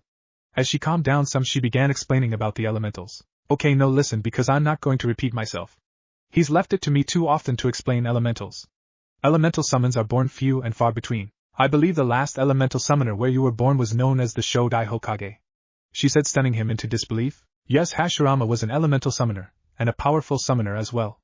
The only times he called on us was when he was fighting the Biju. Certain requirements must be met before elementals can be summoned. The first is that an elemental must choose the human in question. You were lucky enough to be chosen by 3. The second is that the person must be tested by a stronger elemental, usually either one of the boss or elder elementals. Daichi said you got approved even before the test because of your action to those children. Me being a mother myself, I appreciate your concern and action to those children. I'm sure your summons do as well.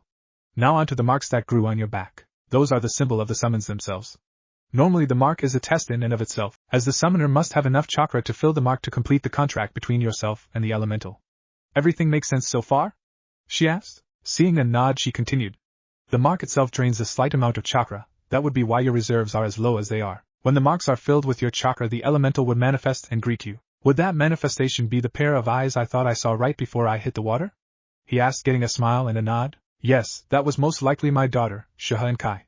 She most likely caught you before bringing you here for me to heal you. I must admit I was going to wait till someone proposed to finally meet my daughter's summoner, she said with her mischievous grin behind her sleeve. What? Your daughter choose me? And what do you mean propose? He asked with wide eyes. Now he was very glad he was polite. Angry mothers are not to be trifled with. Angry elemental mothers even less so. More of the tinkling laughter was his reply. Why don't you try and summon them before we continue this conversation? She said with mischief in her eyes. I'm starting to regret not packing a mask with me. That smile is making me nervous, Naruto thought. As he ran through the hand signs, Naruto was glad that he had even remembered them from when he saw the librarian run through them so many times to summon her birds. Summoning jutsu, he said, slamming his hands on the ground before Naruto-sama/Naruto-Narutan.